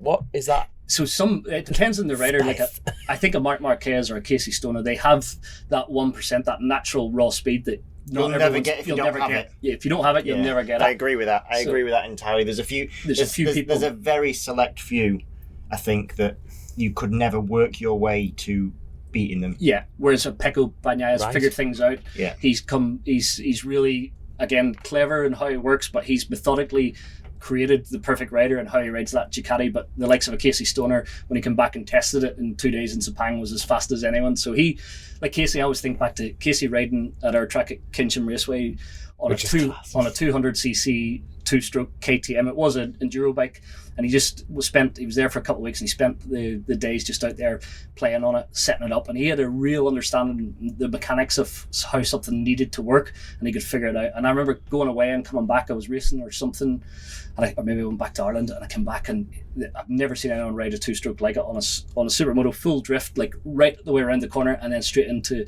sliding it on a 2-stroke. It was just phenomenal. With only 200 cc's of power, and he took the thing around there faster than I've seen anyone ride a supermoto bike. That was a bit special, and you see little glimpses of that. You go, that's... There's definitely a very select few. Yeah. You could probably name 10 in my lifetime, I'd say, if that, where these people have something. Yeah. And it is funny, actually, because these riders can get beaten by those that don't have that 1%. That's what I find very interesting about this paradox. Because basically we're just talking about saying, we've just said that Pecco doesn't have it. Well, no, that's unfair, but yeah, he's different. But I think... Or that last 0.5% is maybe in the middle, but there's things that Mark can do that Pecco if you put can't. Mark, there's things that Casey can do. There's things... Yeah. So are we talking reference to luck there? Do you know what I mean? Is it a case of they push and push and push on that extra 0.5 and then... Yeah. I think it's just there's that many other variables in racing. I think that's the thing, and I think you can... That's Yeah, it's hard. That's that question mark's going to be forevermore in any sport and anyway. It's class. Like, what I always thought of Jorge Lorenzo was never mediocre in his career. He was either fantastic or he was bad. So the way he rode it was so special, so in line, so smooth, so fast. But if things didn't work, like at Ducati and at Honda, he was terrible. He was pretty poor. So he was never that 7th, 8th place, middle of the road man who had off days. He either won the thing and went out front and cleared off, or he had a bike that didn't work for him and he was out the back. So he was a bit special, but couldn't be just middle of the road, couldn't be average. He was either sensational. I think about Lorenzo, and it's probably going to be a really unpopular opinion, but I think he's the least talented world champion that ever was. Because the way that I think of Lorenzo, he learnt to ride a bike. That's what I find the best way to ride a bike, and he rode it so... Bike racing is actually quite a finite skill. So the more it's off-road, the less of a closed skill it is, the more open it is. Yeah. The more you take it tarmac based, actually the more closed of a skill it is. The skill set's much smaller. Yeah. You need a much smaller skill set. I don't know if I explained that the right way. Yeah, right, yeah. Like, if I think I was never going to be a professional motocross rider, but I could make it to be a professional and earn a living racing. Johnny Ray said the same thing. He was quoted for that. Johnny was good though. But even he quoted himself in an article saying, "I'm a failed motocross rider." Yeah. How long got to? You see the videos, see what that lad could do on a cross, and you think, "Excuse me, what? Yeah. You're a failed motocross rider." It's interesting. I do think you can learn to be fast on a tarmac based bike way more than you could ever learn to do it on you have to have the feeling natural. When you watch the top motocross riders in the world, you couldn't learn that. The way Jeffrey Herdings rides through the section. So basically, just to quantify what I'm saying about Lorenzo, because I'm not calling him shit, because that is definitely You're stupid. Having a go at it though. I'm calling the shit. He wants 10 grand. Someone please back me up. But my feeling is the way he rides and the way he learned to ride a bike is he learned the perfect way to ride a motorbike and get it round a track. Yeah. And actually, if things weren't quite right, or if the thing got out of shape, or whatever it was, actually probably the only time he ever surprised me was maybe Austria on a Ducati, where he did ride it a bit loose. Yeah. But apart from that, I've never seen a race where he's done something where I've gone, that's special. Other than the fact that he did exactly the same thing lap on lap, which in itself is extremely special. That's my thought process. What about the saying of natural talent can only take you so far? Yeah. Yeah, there is that. No, but it's interesting. But then obviously, if you've got that natural talent and back that, it's interesting because we're naturally going to lead into your, the British Academy and everything that you've been doing there, and it pulls in perfectly. So let's bring it in. Let's go straight at it. It's like if you've got a selection panel. Yeah. Like what are you looking for? Yeah, that is the hard thing actually right now, because sponsors are so important to continuing to grow this, and they want success. So you can please them to a certain level if we're a development team, but they want success. And British riders don't always burst onto the scene. Some of the best ones methodically work out behind the scenes and progress and get better with age and with time. So yeah, it's trying to... Raw speed is fantastic. We've had it with Casey O'Gorman, with Johnny Garness. We've had success straight away with those two. But then you can see talent in other riders who are not quite having the success.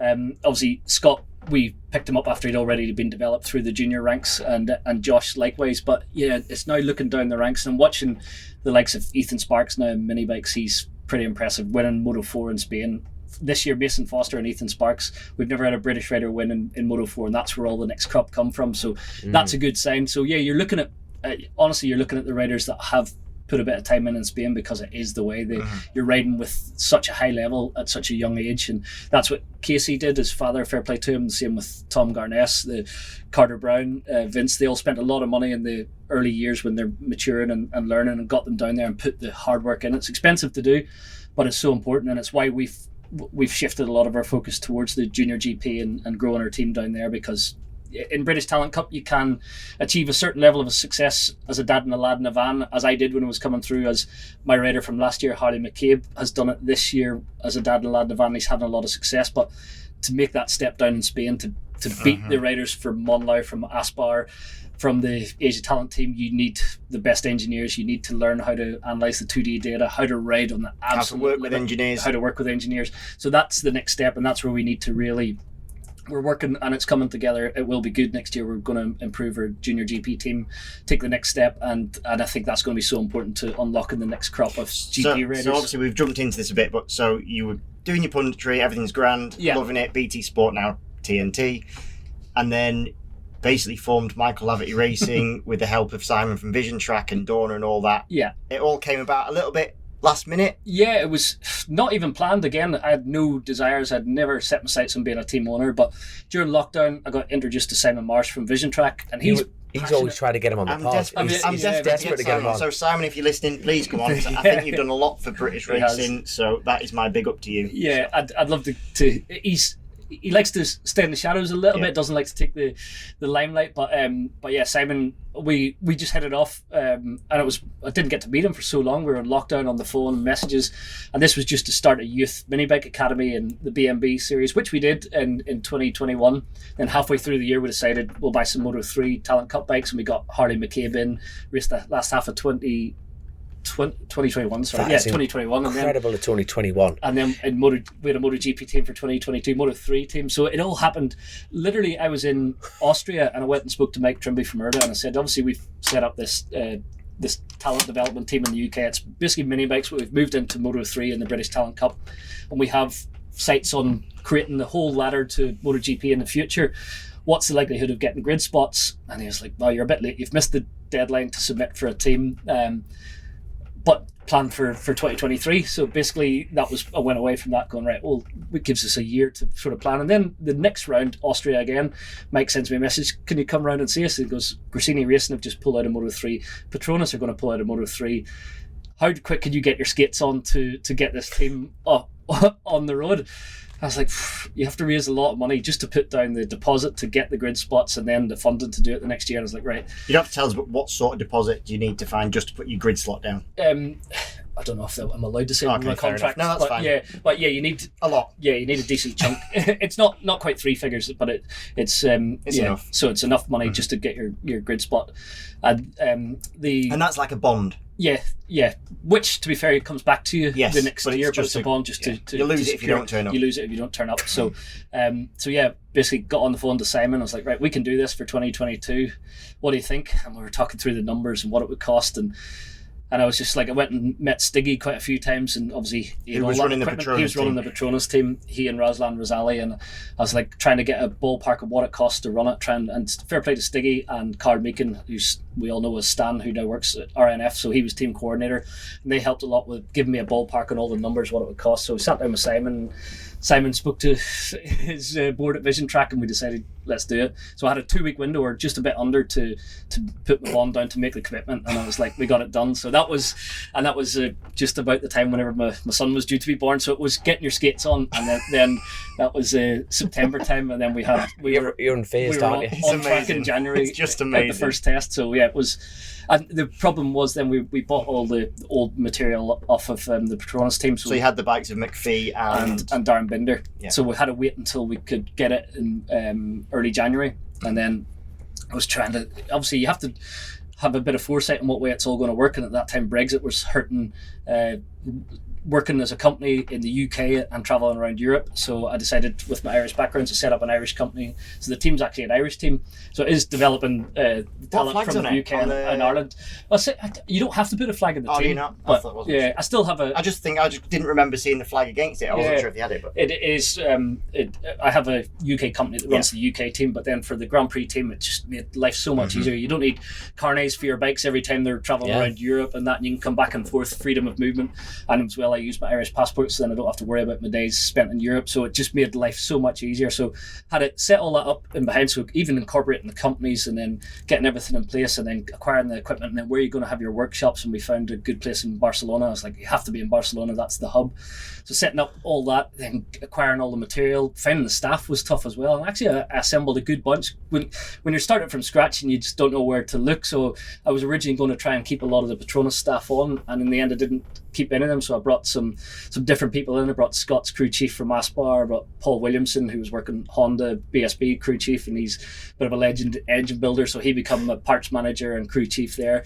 Then I put Macaulay Webb in as a chief mechanic. He was working with Sean Muir in World Superbikes BM. He had been Honda UK before. Then I was like, all right, we can't have it all from the UK, but let's get a few good English speaking Spanish in there. So yeah, I got quite lucky. I got an Italian in there as well, so got a really good crew. And then Taylor retiring at the same time, so I found a team manager because I didn't want to stop my TV job. So it sort of like it all fell into place quite nicely. It was a lot of work, and it was around the clock through the winter. It was non-stop. It literally was seven days a week, and it was as soon as you could get up in the morning until people stopped taking your calls or emails, and I would still work into the night. So it was just bottle feeding the Ben. Whilst bottle feeding the Ben. So it was, when I look back, I don't think I could do it again. I'd just burn out. So it was just like non-stop around the clock, a one-man band trying to assemble everything. And then we had our British Talent Cup team, obviously, with Harley, and we decided Simon Marsh had spotted Johnny Garness, and Simon's got a good eye for talent. He really liked Johnny's raw speed, his aggression, his natural mental strength. He was like, he's got something. We need to set up a good British Talent Cup team to support him. And then it grew from there. So we got Johnny, then we got Carter Brown. I went to the last round of the Fab Series in the UK, and I was looking at the talent there and got speaking to Carter, and he was like, I want to come and ride for you in British Talent Cup. So I had him.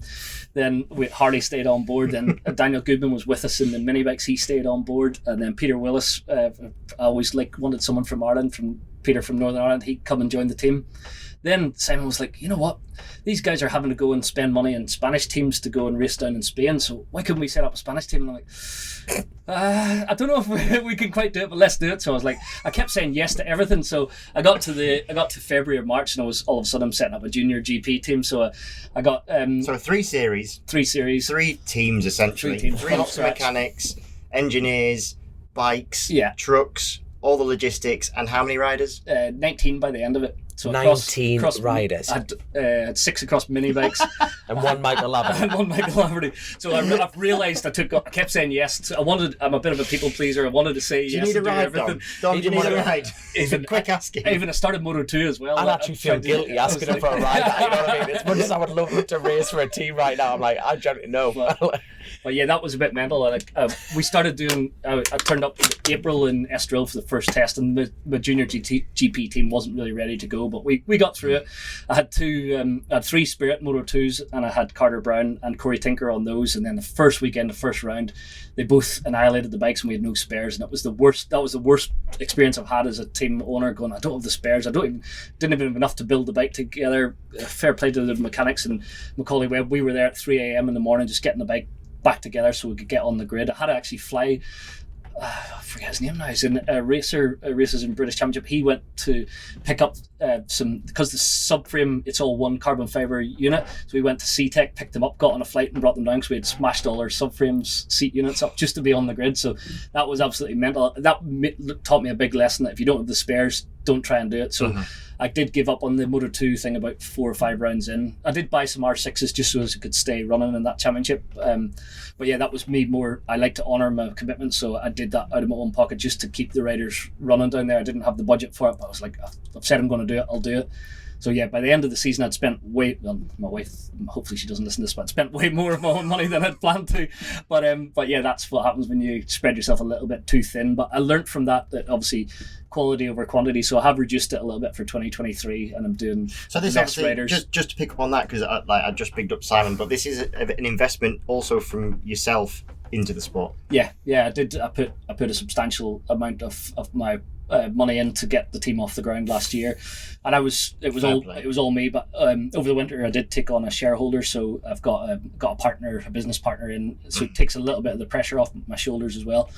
And that's working good, and it has been better this year. My time management's so much better. I can enjoy it more, whereas last year was just having to do everything. So now you're settled, like obviously you've got things set up, you've reduced things down fairly substantially. You've not got 19 riders now, have you? So I stopped the mini bike thing because even though it's not as big a financial commitment, it's still a time commitment. And then you felt you weren't giving the kids time because you don't have enough weekends to go to those mini bike races. And actually, you look at it with the way it's working now with the FIM Mini GP, and the riders can do their own thing, and then we can pluck the ones that are showing talent. So I decided to pull back from that and then focus on the Moto3 and up. So yeah, it's coming together now, and I've got a better idea of what works and what we need to do and where we need to invest, and I'm always continually growing it and always searching for sponsorship and trying to get as much funding in as I can, because it's always the more we grow it, the more it's going to cost and the more you're going to spend. So it's a big commitment.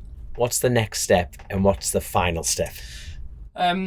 Unfortunately, Moto2 is going to be the last step. You can't get a MotoGP grid spot. That would be the dream, but obviously you need to have a factory effort to get a MotoGP grid spot. You think back, Paul Bird had MotoGP grid spots back in... Mate, you went from shitting out the back of your van in Northern Ireland. That's true. You know what I mean? No, but taking all the bullshit and blowing smoke up your arse for a second, it's a bit like you're just going, no, you can't do it, but then... If there's one person I know a guy that can. You know when you think about it, but like...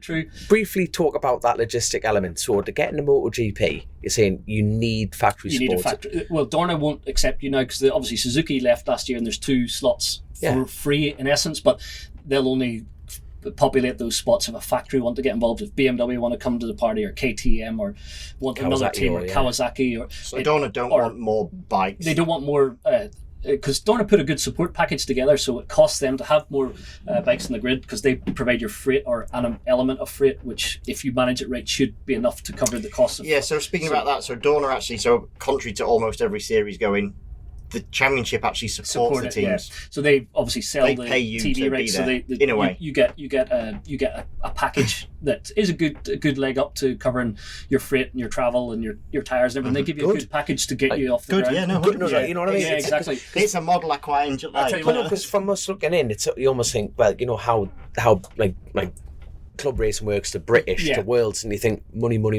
That's actually quite refreshing. To the point, I don't know if it's completely true, but I'm fairly sure that during the COVID years, did they not even? Apparently, they propped up some of the Moto3 and Moto2 teams that were struggling to pay all their mechanics. Don't a couple bit of flack, but they're fantastic.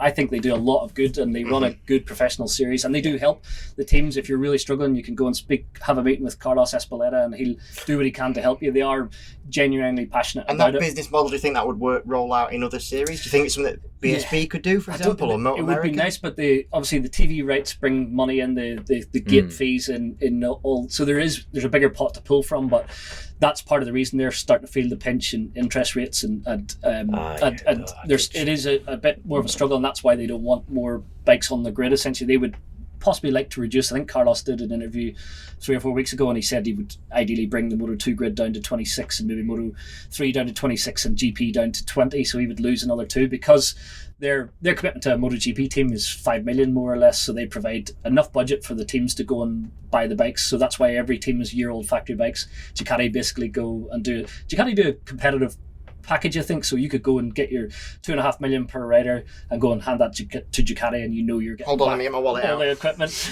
but isn't that such a good thing that then it's up to the team to go and generate the sponsorship, and that's for logistics and staff and wages and travel costs and everything. So basically they give the package to the GP teams, the likes of Grassini and LCR, that allow them to have good competitive material, and then it's up to the team to find the rest of it. And they do a lot of that through the whole package of hospitality and the weekend and what they sell to the sponsors. So it works. It's a good model overall, but whether that would be adaptable to BSB and Moto America, I don't know. I guess Stuart Higgs will have obviously explored that. He's in the know with works highly obviously rated in the FIM and everything he does there, but yeah, I just don't know if the money's there for a national championship to pull it off. Does it work like that in World Superbikes? Obviously, it's also a Dorna championship. I think it's slightly different. I don't know the numbers there, but they obviously probably are trying to make the same model work, but I don't think it is the same, to be honest. Right. It's slightly different. And a stab in the dark figure off the top of your head, and it's probably not off the top of your head, you're actually looking at it, but how much money would it cost, in theory, to get you into MotoGP? To put you a grid, take that little bit of bullshit to run for a year. To run about 30 one million. season, 30 million. Yeah, thereabouts. So lend him a sub, man. Yeah, Christian. Pounds or euros? Euros. So I think that's it's much cheaper. Yeah, it's about. I think like KTM spent about 70 million last year. So I think 70 million. Yeah, apparently they had a big year, so they committed, and I think Ducati were somewhere up around there. But I think the likes of LCR and Grassini and RNF, obviously they have to go and buy their bikes off a manufacturer and that, and I think they can do it 20 to 30 million. And do they just interesting to me? But do they buy them or lease them? I think it's all leased. So they have to give them back. Because even now, like, I don't own a single Moto3 Honda Grand Prix engine. So they have to go back. They're all leased. To get crushed. I don't know what because obviously I've got all the rolling chassis, but I've got no engines for them because that's the way Honda works. So it's all, the engines are leased. You buy the chassis and the rolling parts. So basically, to buy a Moto3 Honda there's a price cap, so it's €87,500 for a rolling chassis off of Honda or KTM. So weirdly enough, the price for a rolling chassis is €87,500. That's exactly. So you buy your rolling chassis and then you go and rent the engines off of Honda. And yeah, that's so at the end of their life cycle, I'm going to have to figure out a way to get some engines for them whenever we're done with them at the end, because obviously I want a bike that runs than to keep it in the museum. But yeah, it works. It's good. Obviously, Honda, I'm pushing them at the moment. They're actually replied to me today saying they've got some developments in the works, but they haven't told us what, because we need a bit of horsepower gain or for this year, no, for 2024. Okay. So the engine freeze has ended now. So Honda have not done anything for 3 years. The post-COVID freeze, whereas KTM have worked a little bit on. Oh yeah, they had the development freeze, didn't they? Yeah, the development freeze to try and cut costs and stuff. So, but now Honda are working, so we just need a bit of torque. We've got a good chassis. All the cigarette tab packets are coming out in the pub like that, going, I've got some great ideas. 3 years of tab packets here. Like, do you believe that you would actually have a development freeze? You know, like, do you think there's not a guy who's been in the dyno and that's gone, you'd think Honda something? You know, like, do you know what I mean?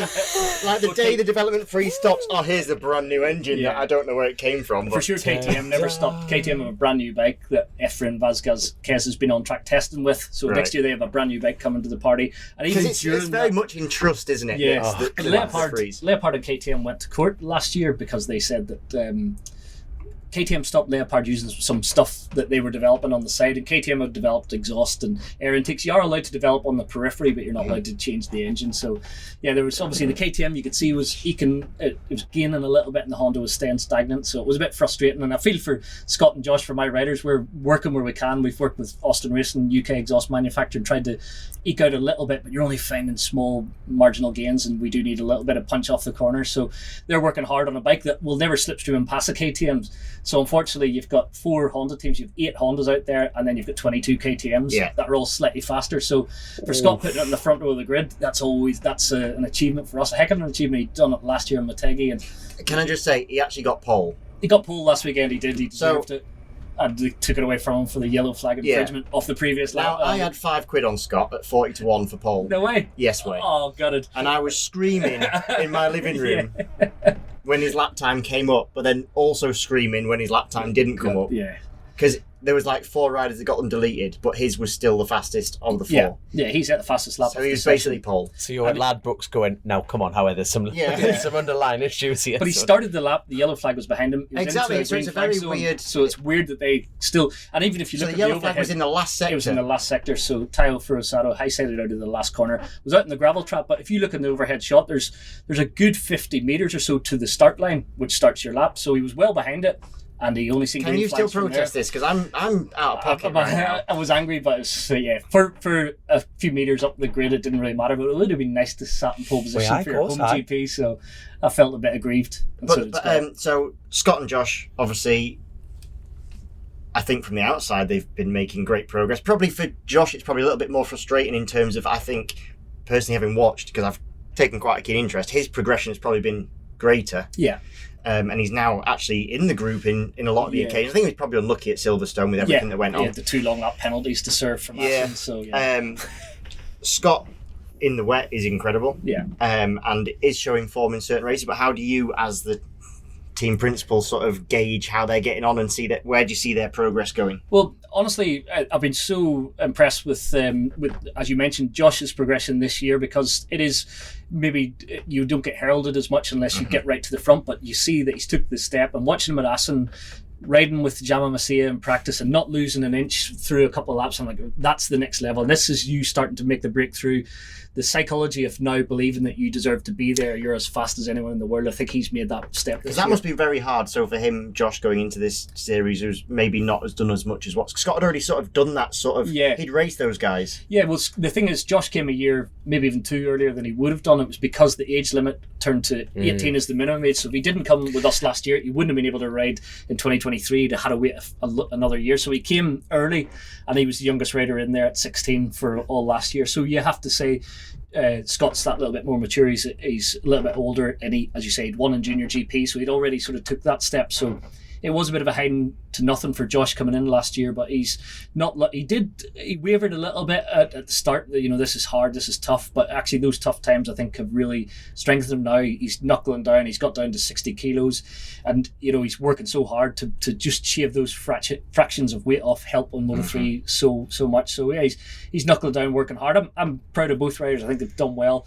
but it's just the expectation from the outside is always more. So everyone expects you to be up there winning, and sponsors expect more. So it is hard to try and peacify everyone, but I'm doing my best to try and, as are they. Do you agree with the age restrictions? No, because I know your mum doesn't, because she changes the birth certificates back at home. To be honest, yeah, I do, because I know someone for that. That's it. Mum, can you just fill this in for us? I need this lad up here right now. Bring your Tipex.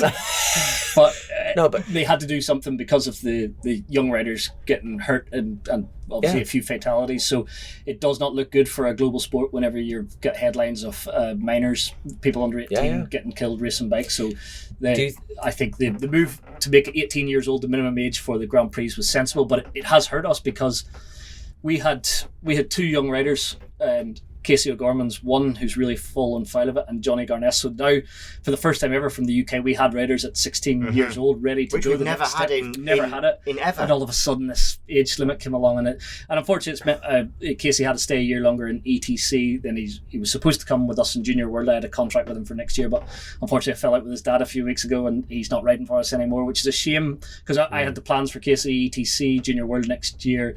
If he won Junior World or Rookies, he'd have come to Grand Prix with us the year after when he was 17. But it's those 4 years of now. Financing is one thing, which is part of the reason I fell out with his dad, because he didn't really appreciate what I was putting into his son, or always threw it back in my face. But and it's a shame because it's meant at the end of a relationship that I believe in. I love Casey; he's a great kid and a great talent, but it's meant those few years of down there, it's made it hard to keep that relationship rolling. So I hope Casey finds something else and keeps going, because I believe he's got all the attributes to go to Grand Prix, but unfortunately he didn't want to stick it out with us. So you sort of, Johnny Garness is your... Well, Johnny's out of action at the minute. No, obviously, so, for one, it was great to see him last week at the races. It was really nice to see him there. But yeah, unfortunately, Johnny got hurt badly at Estoril at the start of the year, head injury, then there's a... And how is he doing? He's recovering well, but obviously I've told him there's no rush. There's always a bike waiting for him. He's still young enough. He could miss next year and still be young enough to progress to GPs when he's 18, but... So yeah, it's just no rush. Get fit, get healthy, and we'll be ready to support you. Because it is true, in the UK we've never had the young riders coming through. You know, it's funny, we think of our up and coming talent, ignoring those ones that you just spoke about. But we think of a young up and comer being 23 years old. You know, it's like whereas, you know, there's kids coming through we have a very different system, don't we, than Spain and Italy, and pretty much those two mainly, but. A lot of the other ones. As do America and Australia, they mature a little bit later. So Spanish and Italian have just changed the game, and it is teenagers that are ready for factory contracts. You could sell them the dream. They just live, eat and breathe it, and then they go all the way. So we got some kids, like you say, there's Eddie O'Shea's next along. Casey would have been, so after Scott and Josh, it would have been Eddie, then Casey, then Johnny. don't know how it's going to work out now with Casey. Obviously, he's getting a little bit bigger, and his dad wants him to ride Moto 2. So good luck to him. I hope he does find a Moto 2 spot and he can continue his progression. But yeah, it's a shame it's not with us, but that's the way it goes. With a rider starting earlier, like in Spain and Italy and everything like that, does that, in essence, by a pattern, mean they fizzle out earlier? You know, is that because obviously the age is starting earlier? Does No, a race have a shelf life? Yeah. Well, no, but is it say 15 years or 10 years, and it doesn't matter where you start and end? That's how we started my point. the conversation about the intensity and the drive and the desire. So. You were talking about YouTube, you were talking about, like, now you turned up going, I'll have a bit of crack at this, but now you've got kids turning up to you going, like, they know how to be interviewed, they know what the diets are, they know that they're not kids. And is it even any fun? Is it fun? That's the question. That's where I think, as I said earlier, that maybe I did enjoy it too much, and to be successful, perhaps you have to be so driven. Because you even started out saying now they know the plan. Yeah, they know what they turn up going, I want to be a pro, not I want to go race my motorbike. Yeah, 100%. As dads, without being sexist here, sons, and dads and mums also have a say in that. Yeah. Do they know the system? No, but that's what I mean. This is like the interesting element of it. It's like, you know, you all start everything in life for fun, but it's a bit like, that's such a hard question, because you need those 16-year-olds coming out of Spain, and you've got to wait 2 years to go, actually, son, you know, you've got to wait 2 years to become the polished act. Yeah. To be the 18 for me, to take you further, to go into the MotoGP element. But now, you can't really afford, as a team owner, to take that. I know. I mean, if you can't have the crack rider. Yeah. You need... Yeah, but that's... Test tube baby Mo. You're right in a way, but then they'll have a shorter shelf life because the enjoyment's not there. So I would just almost mentioned Tommy Hill earlier, because he was one of those driven characters that it almost became too much to stay at that level. Or I thought that after being his teammate, and he stopped early. Casey Stoner stopped early. There's another one. So people who they have that shelf life if the fun goes out of it. So if you keep the fun in it, then I think that's a big part. So you have to, like, now I left Assen. We stayed for dinner. Left the paddock on a Saturday night. There was nearly 11 o'clock at night, and there was Bezzecchi and Bagnaia sat having an aperitif or whatever the Italians drink together, laughing and joking outside the hospital, outside the VR46 hospitality. And I'm going, they are good mates, and they're still enjoying it. And that's where I think you have to keep the fun element. So you don't have to be a robot; you can enjoy it. So you would sort of say that the VR Academy is a good way of enjoy. Let's go race dirt bikes. They go and play together. They race together. They're fortunate in that Valentino's got so much money behind them and so much draw, so they can raise money, raise funding, and then what they're doing at the ranch, it's created such. You look at the crop. That's insane. It's insane. Valentino's took over from the Italian Federation and just blown it out of the water. So all the Italians are fast. There's too many fast Italians now to, like, we're considering Morbidelli getting dropped out of the championship potentially, and who was runner-up in the world in 2020. So it's crazy, but that is because they need some different passports in GP as well. So Frankie may get moved to World Superbike or something, and that might be the UK's gain if Jake Dixon does get a slot in there. So it's one of those. But you got to say that is, you think back in the fun element that they have at the ranch. It looks like you've actually rode it, haven't you? Flat track? Did you go there? No, I never got to go. You never got to go. No, well, I've raced Valentino once and I beat him, and I think he took offence. Was that at ICMA? So. You didn't do the same move like on Rossi that he did He to said him. He said to me, make sure I get to win, and I went, yeah, fine, and then I forgot. Good lad. No, I never got invited. I would love to. Valentino, if you're listening. Yeah. Get him on the pod. Get in touch with Grace Rouse. They are 100% get in touch with Grace Rouse. But like, that is just class. It's just that robotic element in it. It's just like, but like you said, Rossi's almost not reinvented the wheel. He's just gone back to go forward, hasn't he? Yeah. He's actually reintroduced the fun. Well, I guess he's kept his character and he's instilled that a little bit in his ride. But then, like you say, it's that robotic element. Because it is hard, it's even with sponsors, because you mentioned about sponsors. So like, sponsors don't want a rider to say the wrong thing, but then they also don't want someone who's so boring that nobody listens. Yeah. So you're told, you're driven and drilled into you not to have a personality, and yet when you then don't have one, you don't get any PR because you've not got any personality. Well, actually, Jake Dixon's interview with he's just Hodgie at the weekend, it was bad because he kept all the flack in social media, but then it was our biggest pull audience-wise for social media off the back of it, and it was massive, and people loved to talk about it, and it generated topics of conversation. There's no such thing as bad news. There's no such thing as bad, but it does reflect badly, and it's heat of the moment, it's emotion. We all understand why he was so frustrated, and Darren's got a reputation, so he just threw Darren under the bus. But you can, no, you can Where get slapped do you around. sit on it? I mean, I could kind of guess with Hodgie's side and your sides, but you were more of the. It was Jake's wrong. 50. It was a because it's a It was straight down the middle, 60-40. Yeah, I think 60-40, yeah. I give Darren had the option to roll out of it, but he kept the throttle on and hit him. And you know when someone's, you done it to be an ass, and someone's on the outside of the lean angle, whatever that went little full circle, contact, But it was similar to that move. It was almost identical. So I was outside leaning in, but mine was 60-40 my way. I knew what was going to happen. Fair enough. For me, take the move out of it. Yeah. It's reaction. His reaction, because of the pressure of your home GP, the potential to go to MotoGP next year, all eyes on him. You do not understand the pressure he is under in that moment that he's in right now is probably bigger than... Oh, it's bigger than anyone realises. So right now, if he'd have won again, the chance to go to MotoGP is there, or in his mind, that's what he needed to do to get the MotoGP. That was almost his set point, his match point, wasn't it? Exactly. In terms of... He'd won an Assen, he's been consistent on the podium. Podium. All his name's in the mix for LCR Grassini. He's being touted. He's got the right passport. Dorna want a UK rider in there. TNT Sports are pushing hard for a UK rider in there. We need a UK rider, and Jake is fast. He's definitely capable, as he proved when he rode the Petronas bike.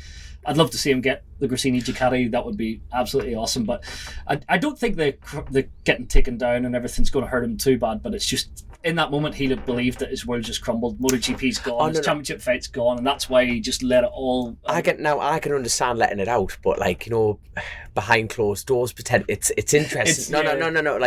For the we're all sports fans. We're all sports fans, and it is it's a niche market, motorcycle race, and we all love it. And we saw that and went, this is entertaining. Yeah. Now, as a career element, sticking a microphone under his nose at that Pacific point, was that a good idea? Yeah, I was going to say, you know what I mean? Was that a good idea? For the TV network, that's a good idea. No. For TNT, they were like, they love it, exactly. I meant as Jake Dixon as a professional, was that a good idea for him to answer that? Jake didn't have to. Jake could have said no, as his PR person could have said no, and usually they will do. Like even the day before, there was a guy there, wasn't there? Yeah. He always has a PR person. They'll say yes or no. So Jake must have been happy to talk. Yeah. But part of that is the relationship he has with Hodgie, so we'll speak to Hodgie, because the day before when he crashed out of qualifying, we went down and Alana, who was my producer, I was doing the pit lane reporting, went and asked, can we speak to Jake? It was a no, and I was like, I know how this works, I'll linger about here, I'll catch his eye after he's calmed down a little bit and he'll speak. And I went in and got the interview, so I waited another couple of minutes and he did speak. So the same thing, it's the relationship you have with Jake doesn't want to leave you hanging, you've come down to speak to him. So it's maybe unfair that we use our personal relationships with Jake, but that's what we're there to do as a broadcaster, to get those headlines. I personally think, because I've read lots of the comments, and a lot of it was not anti-Hodgie, but a bit like, shouldn't have done it then. But you are in the public domain, and I actually think if you're willing to talk, then there's no reason why. I don't think there's any time when you should be off limits, but that is only my personal opinion. I totally agree. Because I'm sure Jake also wanted to get his opinion across, which is that's probably one of the reasons that he did it. I'm sure he was actually like, I want to do it. In fact, where is Hodgie? Because I'm going to tell him what I think. Yeah. But that's the swings and roundabouts of it all. And the mad thing is, those little moments probably hopefully get him on a MotoGP bike. Yeah. Actually, you've got some balls about you. He's got some balls. He's got personality. He's not scared, and he does wear his heart on his sleeve. He's emotional and he shows it. So yeah. But then they can't get the hang of it. Yeah, you just think the sponsor must go, I'm not going anywhere near you. So but then sponsors gaining traction off the back of it. And this is exactly what I was saying. So it's mental. What do sponsors want? Do they want someone who doesn't say anything, or do they want someone that gets thousands of comments because he's just lit the fuse? Next question: if he was in your camp, in your colours, bollocking or no bollocking? Thank you very much, Christian Iddon. Crack on. Yeah, I have no problem with that whatsoever. I hope you all lads are watching this now, again. They're all getting it.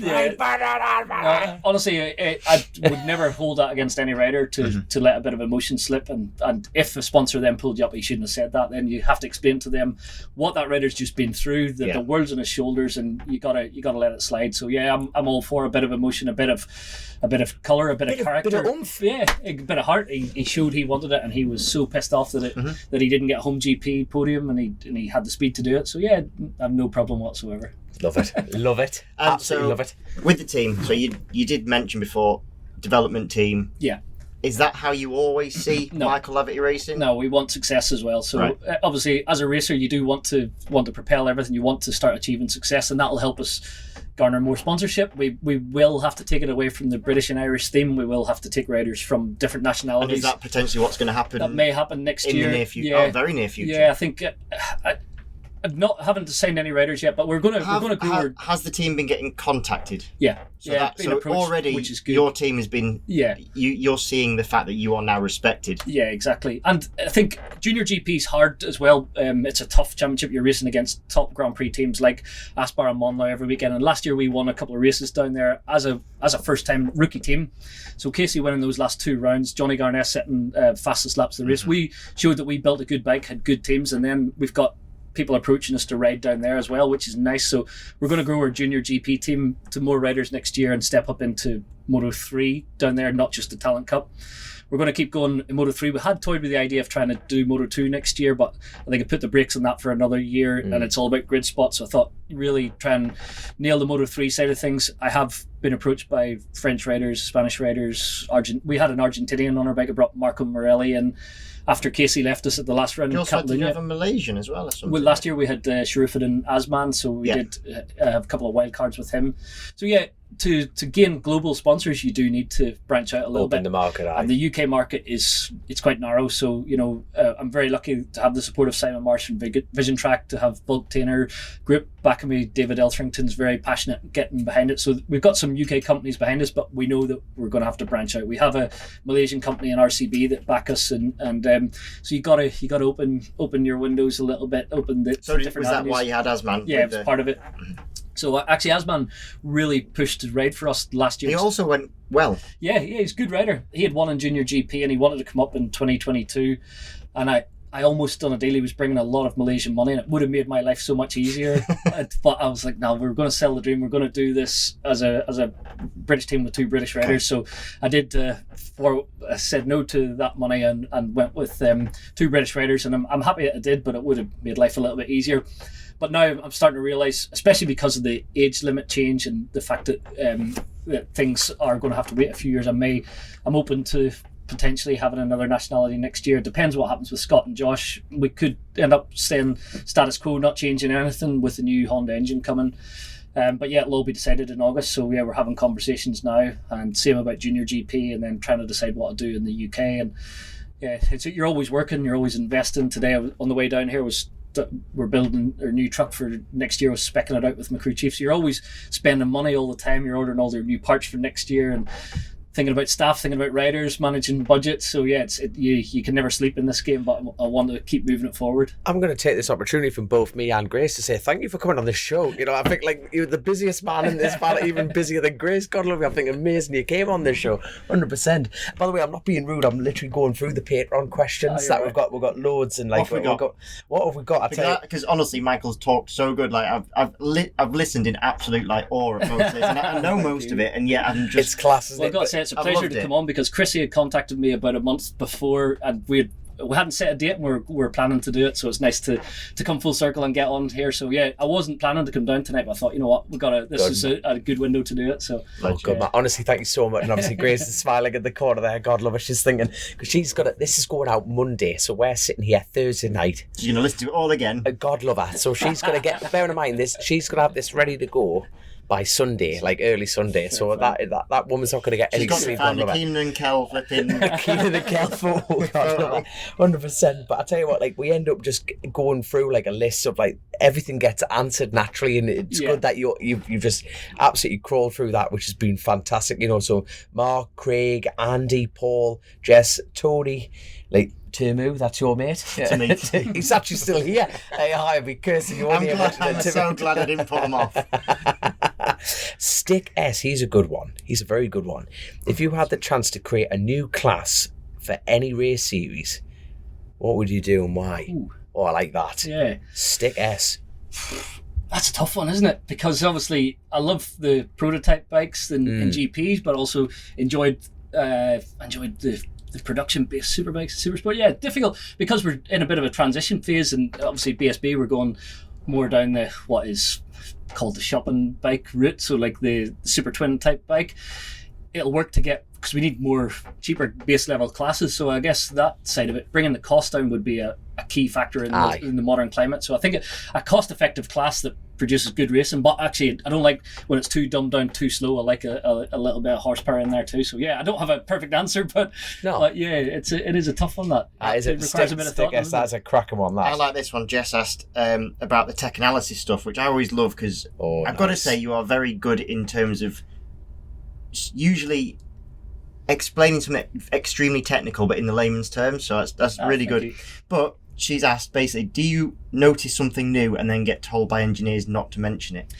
Only the odd time. So Jess is a bloke. That's the second one you've upset. It's a class. That's what I say wrong. Jess Moore. You're saying, she's got a crash. I can't see the picture. That is how it started. Well, why is there a bloke with a woman's name? I've doubled down. But yeah, you'll be loving that, you know. You'll be loving that. I've got to double down. I'm sorry. Indeed.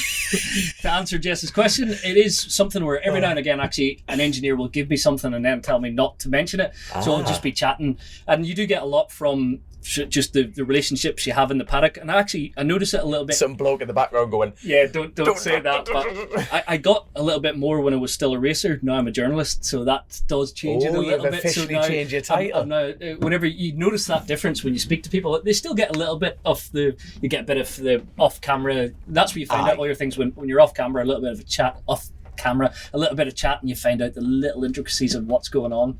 But I love the tech stuff. I actually used to do it a little bit more, but now I'm not down pit lane as often, so you maybe finger falls off the pulse a little bit when you're outside the garages looking in. Then you do really notice the nuances, the little bits that they change.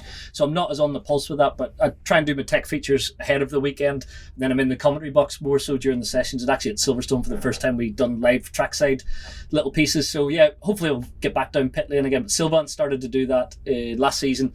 But yeah, we need to get it back in there. But actually as well, there was a period where there was new stuff coming every week, but it's actually slowed down a little bit, and because you're only allowed to do 2 aero body upgrades a year, and the rate of change isn't as big as it was there for a period, so you had that massive just development of mainly aero development, then the lower because there was a point where it was just nuts, like every week there was something new, something brand new. So yeah, it has slowed down. So it is Moore's Law at the one period where it was just multiplying every weekend, but now you can see everyone's turning into Ducati. That's the best way to get a motorbike around a racetrack with Michelin tires is using the aero like that, using the lower end device, getting your electronics getting the power to the ground with the electronics and punching it off. So they're all sort of following that gravy train. Apart from the Japanese, they need to follow suit.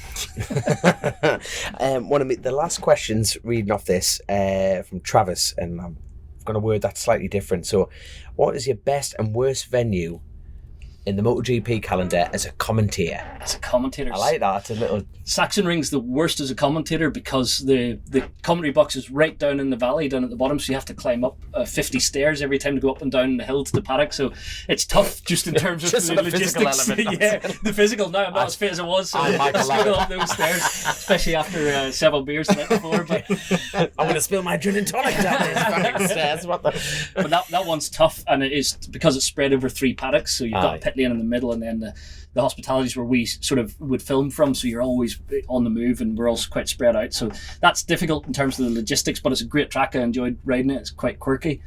The best difficult one.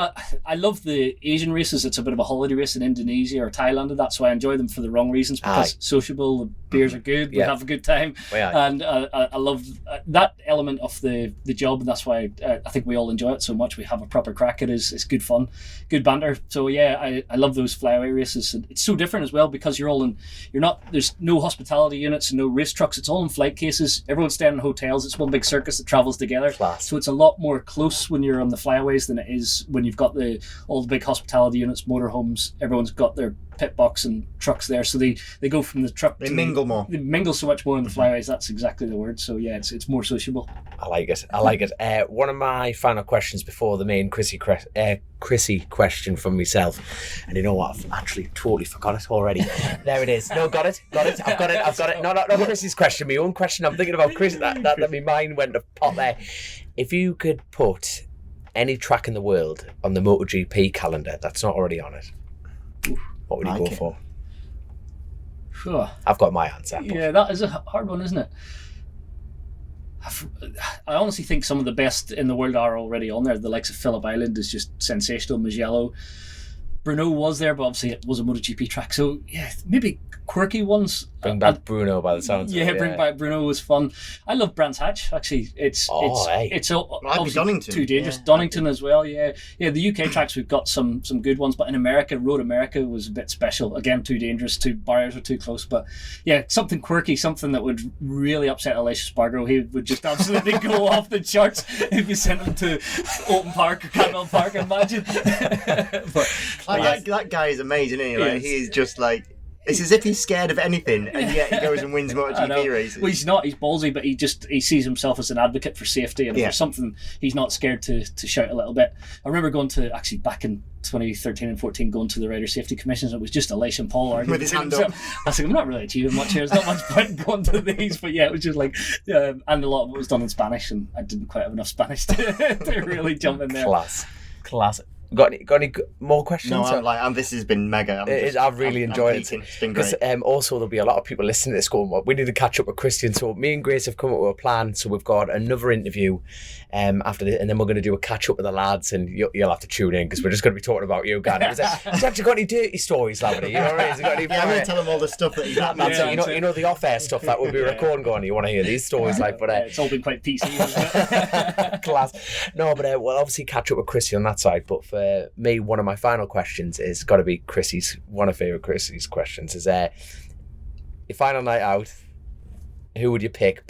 Is it past, present or current riders? And you can only pick 3 riders. 3 riders for a night out on the sauce. Yeah. And that could be any, you know what I mean? They could all be from the present, they could all be from it could be from any time. Well, obviously Barry Sheen would have to be part of it because he's bringing the party, isn't he? Jack Miller again. Oh, good one. Actually, I remember Jack Miller. My first time I met him. I'm going off on a tangent here. Go. My second GP, I think it was Texas, and Sunday night party. Azzy was the BBC reporter then. She goes, "Have you ever met Jack before? Come on in here." And there was a little area that was cordoned off for Red Bull had it, and it was all free drink stuff. Brought me in to meet Jack, and he was jumping up and down on this sofa, just going absolutely nuts. I'm like, all right. He's not changed. He was nuts then, and he's still nuts now, but he's just a bit more control. But yeah, Jack's a good lad for sure. I did love it because they were MotoGP put up all the things about what people have been doing in the summer break, and there's been like 3 children and 2 weddings and something else, and somebody else is sat with a dog. Jack's built a full-blown supercross track, and I was like, he's my guy. That is my guy. Right. And then one more. I'm going completely different tact here. Is Joey Dunlop. Obviously a hero of mine growing up in Ireland, and an absolute legend and what he done, and he was a partier, but in a different way, quiet, reserved. Having a beer at the back. I'd have a few beers with Joey and then party with Jack. but yeah, Joey was a legend, and someone I got to race when I was starting out at 125s, and that was something a bit special. I remember Joey actually coming up to me. I come back from British Championship to ask me about these new generation Dunlop tyres. I'm like, Joey Dunlop just wanted to know my opinion on some tyres, and just that was something a bit special to be racing with Joey, Robert, in my first couple of years of racing, because they were all race 125s back then, and I was starting out, and yeah, such an experience. Never tempted by the TT. Got to do a parade lap around there twice, and actually, because my dad was a road racer and happy to make it out alive, essentially had a few scares, and part of the family team that we started was that we would never road race, so they would give us every support they could so long as we didn't road race. In terms of safety, my mum wanted us to come back alive, and that was the reason we never considered it. Always thought the Northwest would be nice, being at home, such a big spectacle. I loved the Northwest all my life, but there was a temptation, because I was always a smooth rider and I was good on the brakes. I would have suited the Northwest quite well. He's sitting on the side of the bench going, I could do it, I've got this. Get the sofa. I'm going to sit here and scream. I remember Glenn Irwin saying to me, why don't you do the Northwest? That would suit you to a T, because I didn't crash much in my career. I was always a fairly safe rider, but that tempted me slightly, but my mum, I'd never put her through that. And the same when I went to the TT and done the parade lap with Suzuki in 2010, absolutely loved it. Actually sent it over Ballough Bridge the first time over there, got a good picture, proper airtime, but I landed nearly Harley Davidson, the thing, the front end. it was a good shot, but I seat bounced it. I'd never hit it before, and it really slowed up. Full commitment on the first lap. Well, it was just like a, and it just went, and then because it's a little kicker, then the thing just rotated and it landed in the front, landed pretty hard. You've been round the TD, I've been round, but not a bike. That is. it was a good send. I've actually got it. You're going to have to send that over. I like the picture, but that was cool to go out there and then realise actually it's a different ballgame. So this is my first lap of the TT there. You did. My God, you sent that. I sent her pretty good. Your seat bumped that. I've got that at the top of my favourites. So that along with that was the crash that was talking about the whenever a bent round at Silverstone. Yeah, so these are definitely getting put up. So that was looks wrong. Yeah, where's the lid? The feet's going there, my arms and the head's going that way. So that was lucky. If it had been an inch to the left, I'm waiting for the priest to perform the exorcist in the corner there. Crack on, my son. But you say about the TT, I loved riding around it at my sedate pace, pulling wheelies, enjoying 36 3/4 miles of closed roads, and I was like, that's awesome. But to ride at 10/10 the way you boys do, the way Hickey and Hutchie, and it's like it's another world, and it's something that if you could tell me that I was coming back from it, I would do it. The adrenaline rush would be something else, but it's the safety element that you can't afford one mistake. I remember watching the Connor Cummins crash off the side of that cliff and things that outside your control. I think Eugene, my brother, was named after Eugene MacDonald, who died the day he was born. He grew up beside us, and I think that was an early memory that obviously losing someone and just the danger element of it, and so lost so many friends over the years through it. So it was always that element that kept me away from it. But love the spectacle, love the atmosphere. My wife loves it. They used to go as a family trip, and every year she's like, "Can we go to the TT? Can we go to the TT?" And it's why are you bringing your others? Yeah, but I do love it. But I'll jump off the bike, son. I've warmed her up, young, and off you go. Class. But yeah, greatest respect for all the road racers that. Especially growing up in Ireland, and we just listed off your heroes there, Robert and Joey and everything, and I'm that natural, and your dad, for God's sake, raced it. It's that. I had to ask the question. It was one of those things, but out of respect for my parents and the effort that they put into getting us into racing, and I never went against their desires. So it wasn't to be as a road racer, but something not one of those things that I regret not doing, because I got to ride around them. I got to almost do a parade lap at the Northwest, but it rained that year and there was an oil slick, and when was it? Can't remember what happened. Yeah, me, Johnny, and Ray and Eugene were supposed to do it, and it didn't happen. It was the oil slick year, so I never got to ride around there. But getting a parade lap around Dundrod, I got to do some parade laps around there, just pulling wheelies. That was cool. And the TT. So getting to experience those type of things was awesome. But not something that I really had the desire to do because of the risk element. No, fair enough, man. Fair enough. And I tell you, I think it's. Yet again, thank you so much. I'm literally looking at the time there going, Grace is going to edit all this. Bennett. It was good thing Grace is in that corner. Day with Peter Hickman. Is that right? Mate, you've literally just shouted the note. Would you like to read? I love it, mate. There you are. That's the note. Bennett's have got a day with Peter Hickman. Yeah. I love it. There you are. I'll do the official. There you are. So it's Bike Social have teamed up with Peter Hickman for a special. Yours is much better. For a special bike night at PHR Performance on Wednesday, the 23rd of August. Anyone is welcome. Anyone. I like it. But Bike Social members and Bennett's customers get a free burger or hot dog on the night. They are, so the rumours are flying. If I get a policy before the 23rd, I get a free burger. You get a free hot dog, young, and I better go buy a bike and then get a policy. I like it. News story on the Bike Social website for all the details. That is absolutely outstanding. And then while we've got the momentum of doing shop, thank you so much, Colchester Kawasaki. We've got the new signs put up. So it was they're still owned by the Global Motor Company, but this show is powered by Colchester Kawasaki. Thank you so much to Alan Garner. We've got a guest actually already booked. Normally we're not really that organised, it's totally off the cuff, but we've got another guest lined up on that side of things.